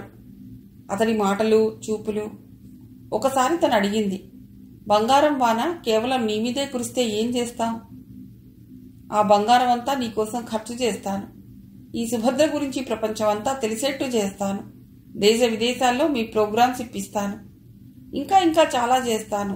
అని సాగర్ అంటుంటే సుభద్ర పొంగిపోయింది. మరి ఏదైనా ప్రళయం వచ్చి ఈ భూమి మీద నువ్వు ఒక్కడివే మిగిలితే ఏం చేస్తావు? ఇంతవరకు నా పక్కన కూర్చుని కబుర్లు చెప్పిన సుభద్ర ఏదని వెతుకుతాను. అప్పుడు నీవు కనిపించవు, కానీ ఎక్కడి నుంచో దూరంగా లీలగా నీ పాట వినిపిస్తుంది సినిమాలోలా. అప్పుడు పరుగులు తీస్తాను ఆ పాట వచ్చే వైపు అని ఆగి, ఎందుకో తెలుసా అని తమాషాగా సుభద్ర వైపు చూసి అడిగాడు సాగర్. ఈసారి ఆశ్చర్యపోవడం సుభద్ర వంతయింది. ఎందుకు అంది. నీ వ్యానిటీలో నా ట్రైన్ టికెట్ ఉండిపోయింది. సుభద్ర పగలబడి నవ్వింది. చిలిపిగా సాగర్ చేతి మీద 2 గుద్దులు గుద్దింది. ఈ 2 రోజులు హ్యాపీగా సాగిపోయాయి. సాగర్ పెడతానంటే సుభద్ర బలవంతం చేసింది ఓ 2 రోజులు ఉండి వెళ్ళమని. ఆ సాయంత్రం బిర్లా మందిర్కి వెళ్ళి అలా హోటల్లో డిన్నర్ తీసుకుని వచ్చేసరికి బాగా రాత్రి అయింది. దానికి తోడు వర్షం. గాలికి కిటికీ రెక్కలు కొట్టుకుంటుంటే వాటిని సాగర్ మూస్తుంటే సుభద్ర మెల్లిగా వచ్చి వెనక నుండి సాగర్ని గట్టిగా కౌగిలించుకుంది. అనుకోని ఈ సంఘటనకి సాగర్ బిత్తరపోయి, ఏమిటిది, వదులు అని ఆమెని గట్టిగా తోశాడు. సుభద్ర చిన్నబోయి, నేనంటే ఇష్టం లేదా అంది. నువ్వంటే ఇష్టం, నీ పాటంటే ఇష్టం. ఇలా నాకిష్టం లేదు. నేనెప్పుడు ఇలా ఊహించలేదు. అసలు అలాంటి ఊహ రావడమే పాపం. నేను అందంగా లేనా? నీ ఊహ సుందర్లా లేనా? అలా అయితే నన్నెందుకు కవ్వించావు? నీ నవ్వుతో, నీ మాటలతో నన్నెందుకు పిచ్చిదాన్ని చేశావు? సుభద్ర కోపంతో సాగర్ కాలర్ పట్టుకుని ఊపేస్తోంది. సుభద్ర ఆగు, ఎందుకీ పిచ్చి ఆవేశం? నేను నీ దగ్గర ఎప్పుడూ అలా ప్రవర్తించలేదు, అలా మాట్లాడలేదు. నీతో తిరిగినా, నీతో మాట్లాడినా, నీతో భోజనం చేసినా నా అభిమాన గాయని సుభద్ర అనే గౌరవంతో మెలిగానే తప్ప ఏనాడు ముందుకు పోలేదు. ఇక్కడ నీకు అర్థం కానిది ఒకటి ఉంది. ప్రేమ వేరు, అభిమానం వేరు. అభిమానం గుండె లోతుల్లోంచి వస్తుంది, ప్రేమ నాలుక చివరి నుంచి వస్తుంది. సాగర్ ఆమెకు నచ్చ చెప్పాలని చూశాడు. లేదు, నువ్వొక రాయివి, వలచి వచ్చిన స్త్రీ హృదయం తెలుసుకోలేని మూర్ఖుడివి. నువ్వెవరివో నాకు తెలియదు. చాలా క్యాజువల్గా పరిచయం అయ్యావు. నిన్ను చూసి, నీ అందం చూసి వలచాను. నన్ను నేను మైమరిచిపోయాను. ఆఖరికి నువ్వు చేసిందేమిటి? ఏ ఆడదైనా మనసు విప్పి చెప్పుకుంటుందా? కానీ నేను పిచ్చిదాన్ని కాబట్టి ఇలా. సుభద్ర నేల మీద పడి బోరున ఏడవసాగింది. కొంతసేపటి వరకు సాగర్కి ఏం చేయాలో తోచలేదు. ఇటువంటి పరిస్థితి తనకెప్పుడూ అనుభవంలోకి రాలేదు. సాగర్ నేల మీద ఆమెకెదురుగా కూర్చుని, సుభద్ర గారు, ఒక్కసారి ఇటు చూడండి అని ఆమె చుబుకం ఎత్తి కన్నీరు తుడిచాడు. నా కళ్ళలోకి చూసి చెప్పండి, నా వల్లనే మీరిలా మారారా? మీ పాటలు మెచ్చి దగ్గరకు చేరాను. ఇంత చంచల మనస్కులా మీరు?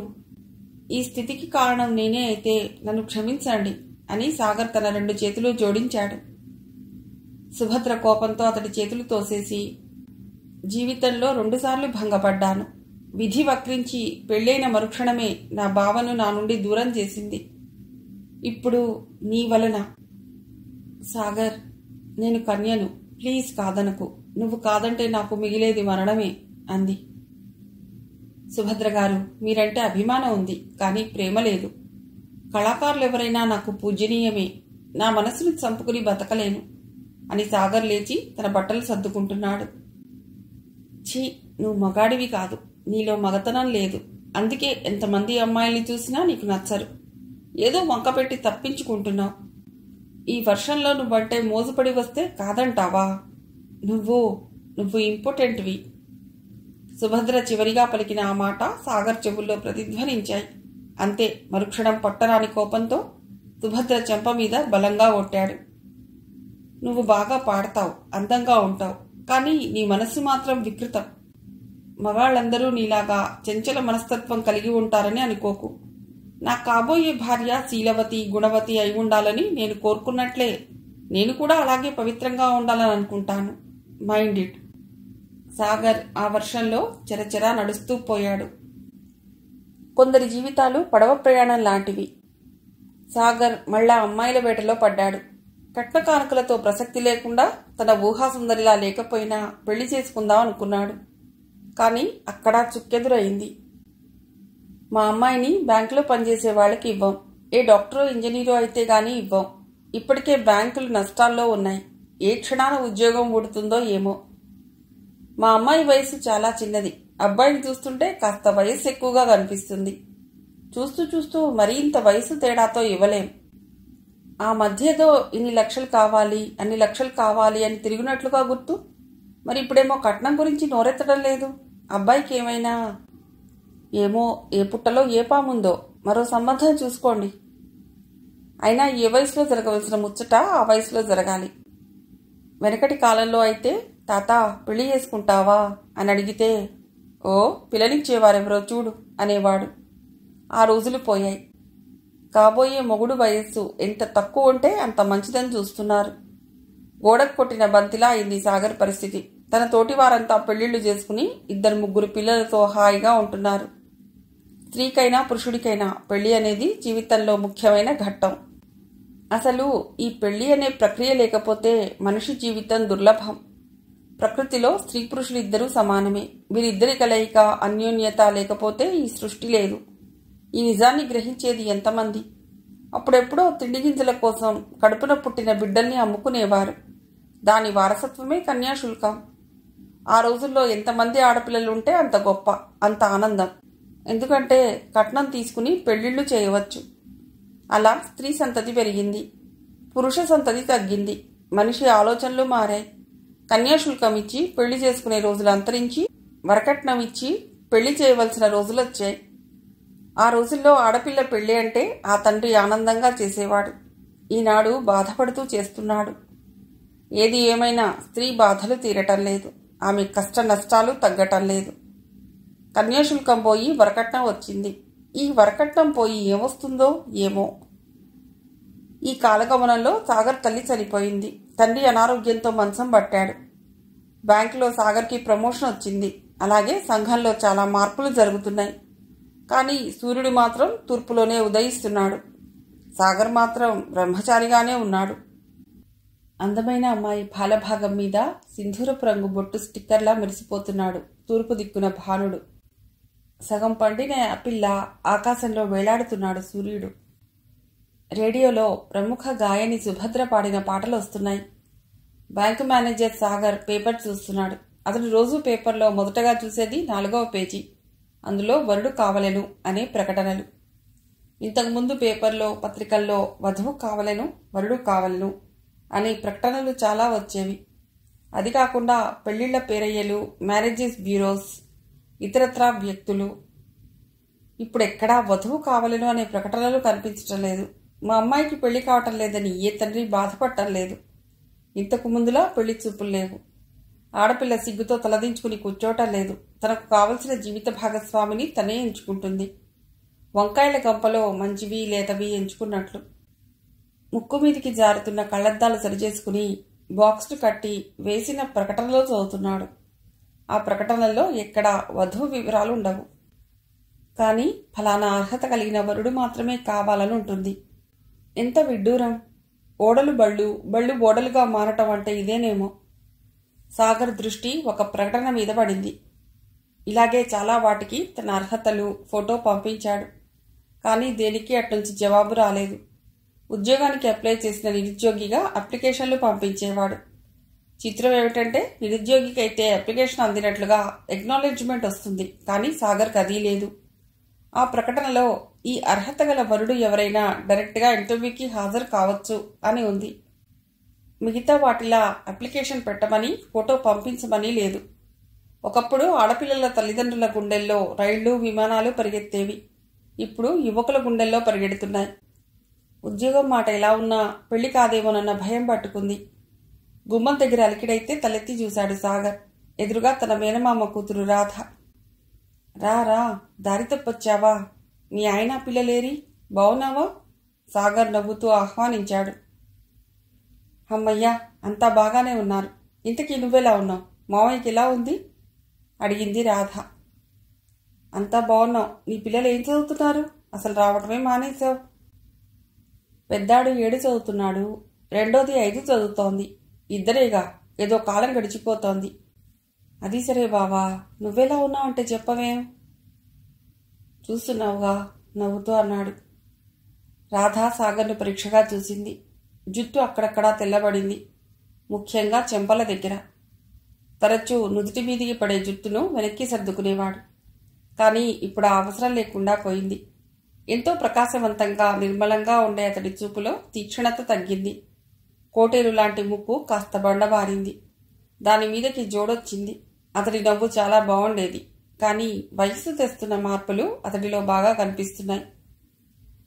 బావా, నువ్వు కోపం తెచ్చుకోనంటే నీకో విషయం చెప్పాలి అంది రాధ.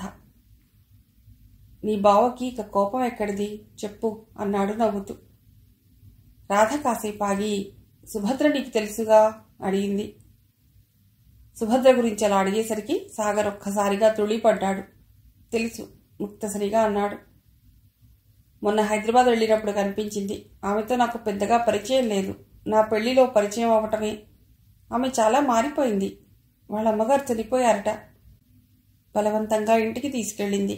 ఆ తర్వాత నీ గురించి చెప్పింది.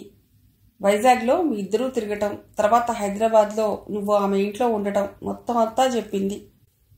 రాధ అసలు అని సాగర్ ఏదో చెప్పబోయాడు. కానీ రాధ వినలేదు. తను తొందరపడినట్టు, ఆవేశంతో నిన్ను అవమానించానని చెప్పి చాలా బాధపడింది. కానీ బావా, ఆమె ఇప్పటికీ నిన్ను ప్రేమిస్తోంది అని రాధ ముఖానికి పట్టిన చెమటను పమిట చెంగుతో తుడుచుకుంది. బావా, నీ గురించి నాకు తెలిసినట్లుగా ఇంకెవరికీ తెలియదు. నీకు అటువంటి చంచల స్వభావం లేదని తెలుసు. నీ నెత్తి మీద ఏదో నిగ్రహం కూర్చోబట్టే ఇంతవరకు పెళ్లి పెటాకులు లేకుండా ఉన్నావు. ఇప్పటికైనా మనస్సు మార్చుకో అంది రాధ. సాగర్ భారంగా నిట్టూర్చి అన్నాడు. రాధ, సుభద్ర అంటే నాకు అభిమానమే. తను నన్ను అవమానించిందని ఆమె మీద కోపం లేదు. ఆమె పాటలు వినటం మానేలేదు. కానీ నేను ఇంకోలా ఊహించలేను. అది నా మనసుకు తగదు. బావా, తుఫాన్ వచ్చి వెళ్ళాక చూసుకుంటే మనకు మిగిలేది పొంగిన నదులు, నాశనమైన పంటలు, చచ్చిన శవాలు, నష్టాలు, కష్టాలు. జీవితం కూడా అంతే. పెదవి దాటిన మాట, గడిచిన క్షణం, పోయిన వయస్సు వెనక్కి రావు. జీవితానికి తోడవసరం. రాధ గట్టిగా చెప్పింది. రాధ అలా ఖచ్చితంగా చెప్పేసరికి సాగర్ ఏం మాట్లాడలేక వెర్రి నవ్వు ఒకటి నవ్వి ఊరుకున్నాడు. రాధకు సాగర్ అంటే అభిమానం ఎక్కువ. ఏవేవో పిచ్చి పిచ్చి ఆలోచనలతో జీవితం పాడు చేసుకుంటున్నాడని చాలా బాధపడింది. తన బావ తన కళ్ళెదుటే ఇలా తోడు నీడా లేకుండా మూడుబారిపోతుంటే చూడలేకపోయింది. అందుకే 2 రోజులుండి అతడి మనస్సు మార్చడానికి ప్రయత్నించింది. ఎంత తొందరగా సుభద్రను పెళ్లి చేసుకుంటే అంత మంచిదని మందలించింది. ఒకప్పుడు స్త్రీ అంటే చులకన భావం ఉండేది సాగర్కి. కానీ అది క్రమంగా మారి స్త్రీ శక్తి ఏమిటో తెలుసుకుంటున్నాడు. 10 తలల రావణాసురుడి మరణానికి కారకురాలు సీత. దుర్యోధనుడి దుర్మరణానికి మూలం ద్రౌపది. ఇంద్రుడి పొగరడించిన వనిత అహల్య. త్రిమూర్తుల ఆట కట్టించిన సతి అనసూయ. వీరందరూ స్త్రీలే, దేవతలుగా పూజింపబడుతున్నారు. Jhansi Lakshmibai, Tarabai, Durgabai, Sarojini Devi, Mother Teresa, Indira Gandhi. వీరెవరో మనకు తెలియదా? వీరు దేశానికి చేసిన సేవలు మనం మర్చిపోయామా? నేడు ప్రపంచం అంతా స్త్రీయే అన్ని రంగాల్లో ముందుంది. ఆత్మాభిమానంలో, ఆత్మగౌరవంలో, పట్టుదలలో ముందుకు దూసుకుపోతోంది. ఇంగ్లీష్ ఛానల్ ఈదిన వనిత, ఎవరెస్ట్ శిఖరాన్ని అధిరోహించిన యువతి, అంతరిక్షంలో అడుగుపెట్టిన మహిళ, వీరందరూ స్త్రీలే. వీరి ఉన్నతిని, ప్రగతిని చూడలేక ఈ పురుషుడు అహంతో, స్వార్థంతో స్త్రీని బలి తీసుకుంటున్నాడు.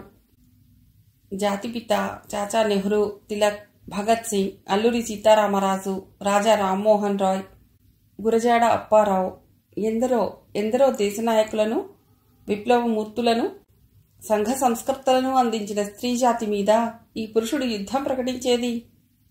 ఆనాటి కన్యాశుల్కం కట్టెల్లో కలిసిపోయింది. ఈనాడు వరకట్నం. ఈ వరకట్నం ఏ గంగలో కలుస్తుందో, ఏ మంటల్లో మాడుతుందో చూద్దాం. గవర్నమెంట్ వారు ఈ మధ్య ఓ జీవోను జారీ చేశారు. ఆ జీవో ప్రకారం ఆడపిల్లలు గల ఉద్యోగులకు ఎంతమంది ఆడపిల్లలుంటే అన్ని ఇంక్రిమెంట్లు తగ్గించారు. మహిళా ఉద్యోగులకు అదనపు ఇంక్రిమెంట్. ఇంకా పెళ్లి కాని బ్రహ్మచారులు ఉద్యోగస్తులుగా ఉంటే వారు త్వరగా పెళ్లి చేసుకోవాలని, లేకుంటే రిజైన్ చేయాలని, ఇలా చాలా ఉన్నాయి. అసలు ఈ ప్రభుత్వం పక్షపాత ధోరణిలో ఎందుకిలా చేస్తోంది? కేవలం మహిళలకే ఎందుకు ఇన్ని సౌకర్యాలు కల్పించాలి? పురుషులు ఏం పాపం చేశారు? దేశమంతా అల్లకల్లోలంగా ఉంది. బందులు, ఘెరావులు, రైళ్లు తగలేయటాలు, బస్సులు కాల్చేయటాలు, నాయకుల ఇళ్లను ఆస్తులను ధ్వంసం చేయటం వంటి విధ్వంస కార్యకలాపాలతో దేశం అట్టుడికిపోతోంది. అయినా గవర్నమెంట్ దిగిరాలేదు.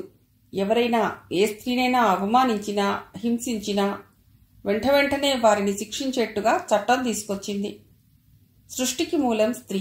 ఆ స్త్రీని కాపాడుకోవటం మన ధర్మం. అందుకే ఇంత కఠినమైన చర్యలు. అలా చేయకపోతే ఈ పురుష అహంకారానికి స్త్రీ అనే పదం మర్చిపోతాం. ఎన్ని చట్టాలొచ్చినా ఎన్ని శాసనాలు చేసినా స్త్రీల మీద హత్యాచారాలు జరుగుతూనే ఉన్నాయి. నానాటికి స్త్రీ జనాభా తగ్గిపోతూనే ఉంది. కొడుకుల పెళ్లిళ్లు చేయలేక ఓ తండ్రి ఆత్మహత్య. ఇక తమకు పెళ్లిళ్లు కావని ఆ ఇంట్లోని 3 అన్నదమ్ములు విషం తాగి మరణించారు. నేను అందంగా లేనని నా భార్య నన్ను వదిలి మరొకరిని పెళ్లాడింది. అప్పుడెప్పుడో కట్నం తీసుకున్నాడని ఇప్పుడు ఆ కట్నం డబ్బులు వడ్డీతో సహా ఇస్తే గాని భర్తతో కాపురం చేయనని మొండికేసిన భార్య. శృంగారంలో తన పెదవి కొరికాడని కోపంతో భర్తను పెట్రోల్ పోసి తగిలేసిన భార్య. ఇవి ప్రతిరోజు మనం పేపర్లో చదివే న్యూస్. సాగర్ విసుగ్గా పేపర్ ఓ మూలకి గిరాటు వేసి బెల్ నొక్కాడు చాయ్ కోసం. ఈలోగా ఎక్స్క్యూజ్ మీ అంటూ 25 ఏళ్ల అమ్మాయి లోనికి వచ్చింది. సాగర్ ఆమెను కూర్చోమని చెప్పి వచ్చిన పని అడిగాడు. ఆ అమ్మాయికి అర్జెంటుగా డ్రాఫ్ట్ కావాల్సి వచ్చింది. చాలా రష్గా ఉందని మీ దగ్గరికి వచ్చాను అంది. సాగర్ 5 నిమిషాల్లో డ్రాఫ్ట్ తయారు చేయించి ఇచ్చాడు. ఆ అమ్మాయి నవ్వుతూ థ్యాంక్స్ అంకుల్ అంది. అంకులా? సాగర్ ఆశ్చర్యపోయాడు. అవును అంకుల్, ఆంటీ గారు భలే లక్, ఈ వయసులో కూడా అద్దురుస్ అని ఆ అమ్మాయి వెళ్ళిపోయింది. ఆ 25 ఏళ్ల అమ్మాయి నిన్న అంకుల్ అందని బాధపడకు, నీ వయసు నీకు గుర్తు చేసిందని అంతరాత్మ సాగర్ నోటిని మూసేసింది. సమయం 10. సూర్యుడు పెళ్లికాని యువకుడు ఇలా మండిపోతున్నాడు. సాగర్ జేబులోంచి అడ్రస్ తీసి చూసుకున్నాడు. ఆ ఇల్లేనని నిర్ధారించుకుని కాలింగ్ బెల్ నొక్కాడు. బెల్ మూతతో పాటు ఓ కుక్కపిల్ల అరుపు, ఆ తర్వాత ఓ నడి వయస్కుడు వచ్చి తలుపు తీశాడు. అతడు సాగర్ను ఎగాదిగా చూసి ఏమిటన్నట్లు చూశాడు. సాగర్ తన ఐడెంటిటీ కార్డ్ చూపించాడు. ఆ నడి వయస్కుడు సాగర్ను తీసుకువెళ్లి ఓ సోఫాలో కూర్చోబెట్టాడు. అదొక హాలు. స్క్వేర్ ఆకారంలో 4 సోఫాలు అమర్చారు. సాగర్తో పాటు ఓ 6 ఆ సోఫాల్లో కూర్చుని దిక్కులు చూస్తున్నారు. అందరూ ఒకే వయస్సు కలిగి ఉన్నారు. హాల్లో ఓ మూల ఎక్వేరియం ఉంది. అందులో రంగురంగుల చేపపిల్లలు ఉత్సాహంగా ఈదుతున్నాయి. గోడకి ఖరీదైన పెయింటింగ్స్ వేలాడుతున్నాయి.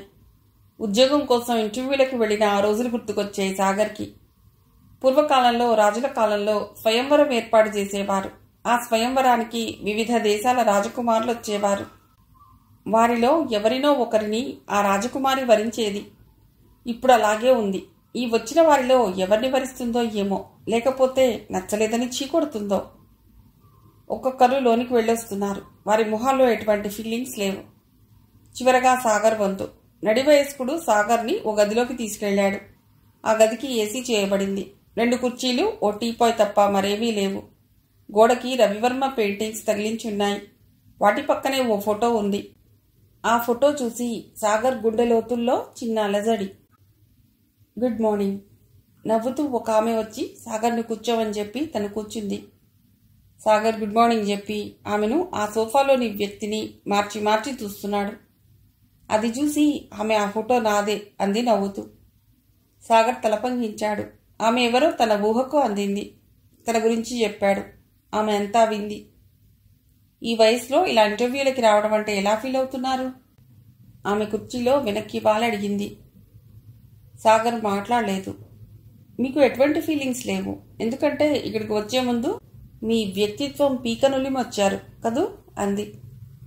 సాగర్ మాట్లాడలేదు. అతడు ఆమె గురించి ఆలోచిస్తున్నాడు. మీరింకా పెళ్లి చేసుకోలేదంటే ఆశ్చర్యంగా ఉంది అంది ఆమె. సంబంధాలేవి దొరక్క? చా, మీకేం 6 అడుగుల అందమైన వారు. మిమ్మల్ని ఇష్టపడని వాళ్ళెవరు? ఎవరంట? నిజం చెప్పండి. ఈ ప్రపంచంలో మిమ్మల్ని ఇష్టపడే ఆడది ఒక్కరైనా లేరా? ఆశ్చర్యంగా ఉంది. నిజం. నమ్మరా? నమ్ముతాను. మిమ్మల్ని ఏ ఆడదైనా ఇష్టపడుతుంది. కానీ వారే మీకు నచ్చరు. ఎందుకంటే వారిచ్చే కట్నకానుకలు మీకు చాలవు. అంతే గదు? నోనో, మీరు పొరపడుతున్నారు. సాగర్ కంగారు పడ్డాడు. ఆమె విరక్తిగా నవ్వి, స్త్రీగా పుట్టడమే పొరపాటు. పుట్టిన దగ్గర నుండి చచ్చే వరకు పురుషుని చెప్పు కింద తేలిలా బతకటం గ్రహపాటు అంది.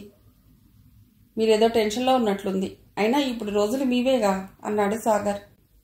ఆమెకు తెలుసు, సాంఘికంగా ఆర్థికంగా ప్రస్తుతం స్త్రీది పైచేయిగా ఉన్నా ఇప్పుడు స్త్రీని అందలే వెక్కిస్తున్నా సృష్టిలోనే వ్యత్యాసం ఉంది.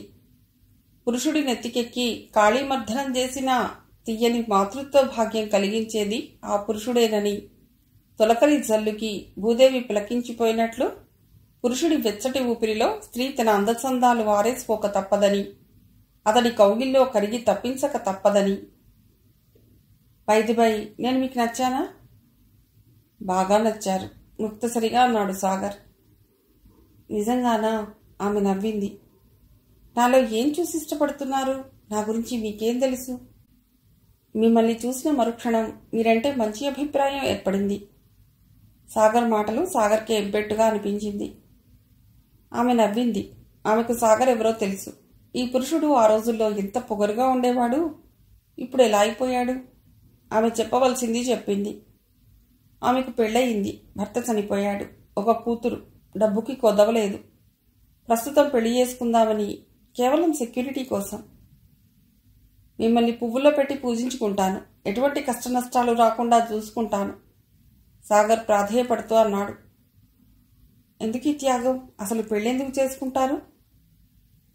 జీవన పరిపూర్ణత కోసం, వారసత్వానికి సమాజం గుర్తింపునిచ్చేందుకు అన్నాడు సాగర్. వెల్, అర్జెంటుగా మీకు స్త్రీ కావాలి. ఎంత స్వార్థం! స్త్రీ ఒక వ్యక్తిని, ఆమెకు ఆశలు, ఆశయాలు, అభిరుచులు, అభిప్రాయాలు ఉంటాయని ఏనాడైనా గ్రహించారా? ఎప్పుడైనా ఆలోచించారా? ఆమె నవ్వుతూ అడిగినా తీక్షణంగానే ఉన్నాయి ఆ మాటలు. స్త్రీ దేవత, ఆదిశక్తి, సహనపర్రాలు. సాగర్ ఇంకా ఏదో మాట్లాడబోయాడు, కానీ అంతా ట్రాష్. స్త్రీ దేవత కాబట్టే జూదంలో ఒడ్డాడు. నిండు సభలో గుడ్డలుడదీసి అవమానించారు. స్త్రీ భూదేవి అంత ఓర్పు కలది కాబట్టే పరాయి పంచన ఉన్నందుకు శీలాన్ని అనుమానించి అగ్నిలో దూకమన్నారు. స్త్రీ సహనపర్రాలు కాబట్టే సతీ సహగమనాలు చేయించినా, కిరోసిన్ పోసి తగలేసినా, గుండుగీయించి ఊరేగించినా ఊరుకుంటుంది కదూ. అయినా ఇన్ని నీతులు చెప్పిన మీరు చేసిందేమిటి? ఆమె ఆవేశంతో ఎదురు ప్రశ్నించింది. నేనా? సాగర్ ఆశ్చర్యపోయాడు. ఒక్కసారి గతాన్ని గుర్తు చేసుకోండి. రాజమండ్రిలో సత్యమూర్తి గారి అమ్మాయిని చూడటానికి వచ్చారు. ఆ అమ్మాయి మీకు నచ్చింది. అయినా మీకు నచ్చనిది ఆ తండ్రి ఇచ్చే కట్నం. మీకు కావాల్సింది లక్షలు లక్షలు. అప్పుడు గుర్తుకి రాలేదా ఈ నీతి మాటలు? అని కాసేపు ఆగి, మీ స్వార్థానికి ఆ తండ్రి గుండె పగిలి చనిపోయాడు.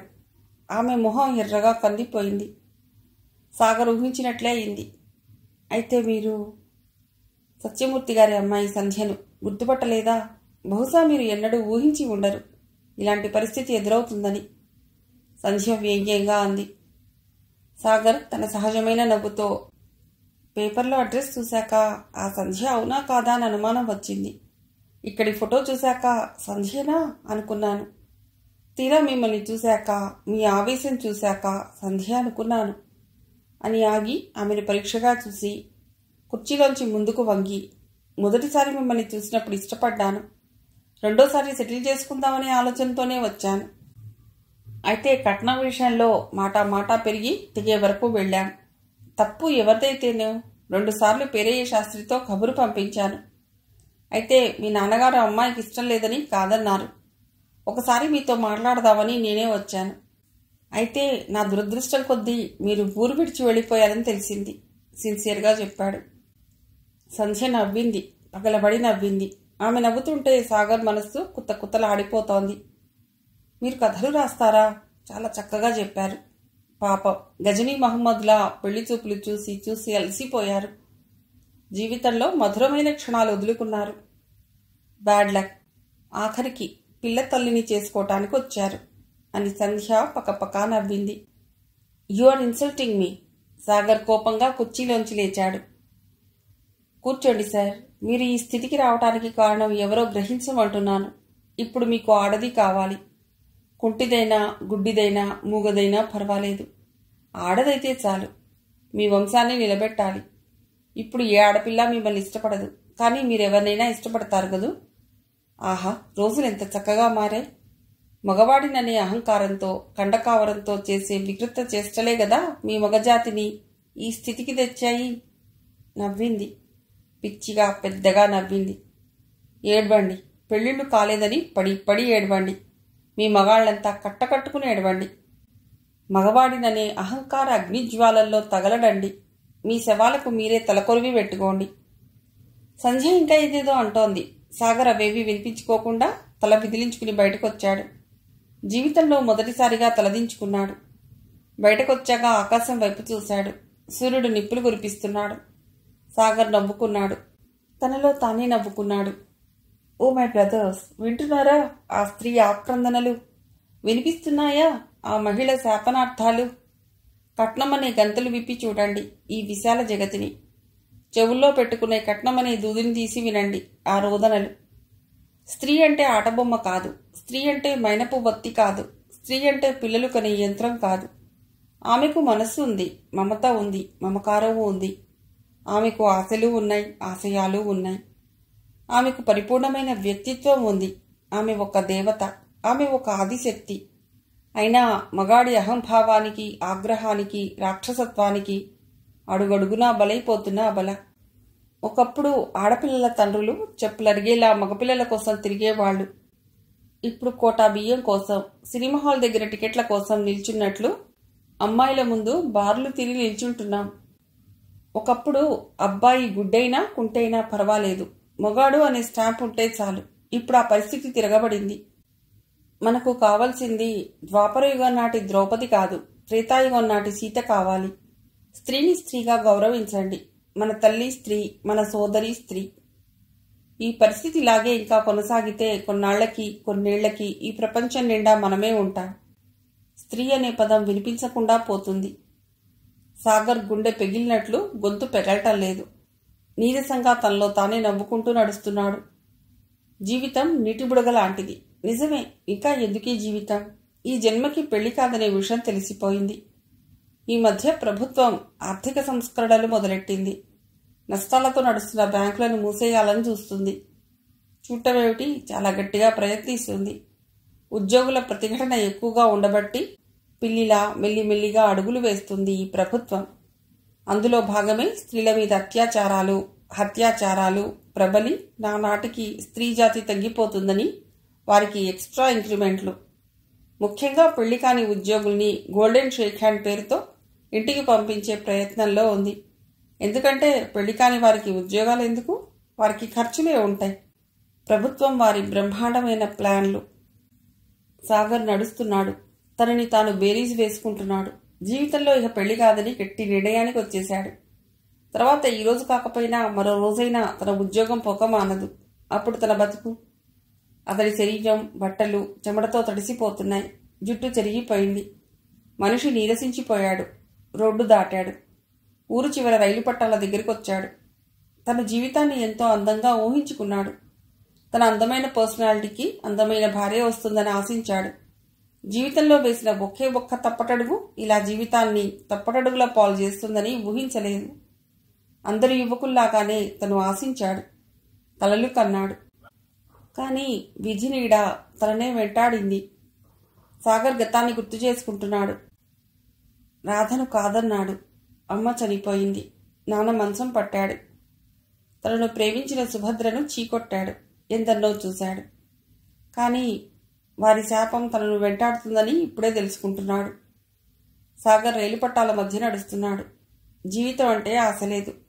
బతకాలనే కోరిక లేదు. ఆ రోజుల్లో తనతో మాట్లాడాలని, తనతో స్నేహం చేయాలని ఎందరో అమ్మాయిలు తహతహలాడేవారు. కాస్త ముందుకి పోతే ఒళ్ళోకొచ్చి వాలేవారు. కానీ తాను అపర ప్రపరాఖ్యుడిలా ఫోజు పెట్టేవాడు. అదో జీవితం. రైలు కూత సన్నగా వినిపిస్తోంది. తప్పుకో తప్పుకో అన్నట్లు.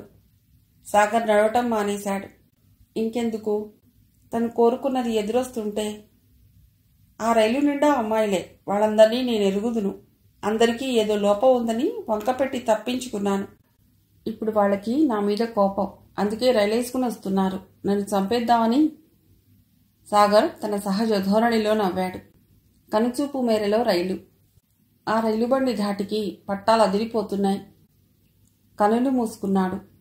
మరో నిమిషంలో రైలు తనను నుజ్జు చేసి వెళ్ళిపోవాలి. కానీ అలా జరగలేదు. ఎవరో తనను బలవంతంగా పట్టాల మించి లాగారు. సాగర్ బలవంతంగా కళ్ళు తెరిచి చూశాడు. తన నుదుట పట్టిన చెమటను కొంగుతో తుడుస్తున్న ఆ వ్యక్తిని చూసి ఆశ్చర్యపోయాడు. అప్రయత్నంగా సాగర్ ఆమెను ఉచ్చరించాడు. సుభద్ర. నిన్నుగా ప్రేమించుటకు, నీకోసమే కన్నీరు నింపుటకు నేనున్నానని నిండుగా పలికే. ఎక్కడ్నుంచో గాలి తెరలుగా ఆ పాటను మోసుకొస్తుంది. కథ సమాప్తం. చివరిగా ఈ రచనను కథలు కథానికలు శ్రోతలకు వినిపించడానికి అనుమతినిచ్చిన శ్రీ సత్య ఈశ్వరరావు గారికి ధన్యవాదాలు తెలుపుతున్నాను. మీ రాధిక.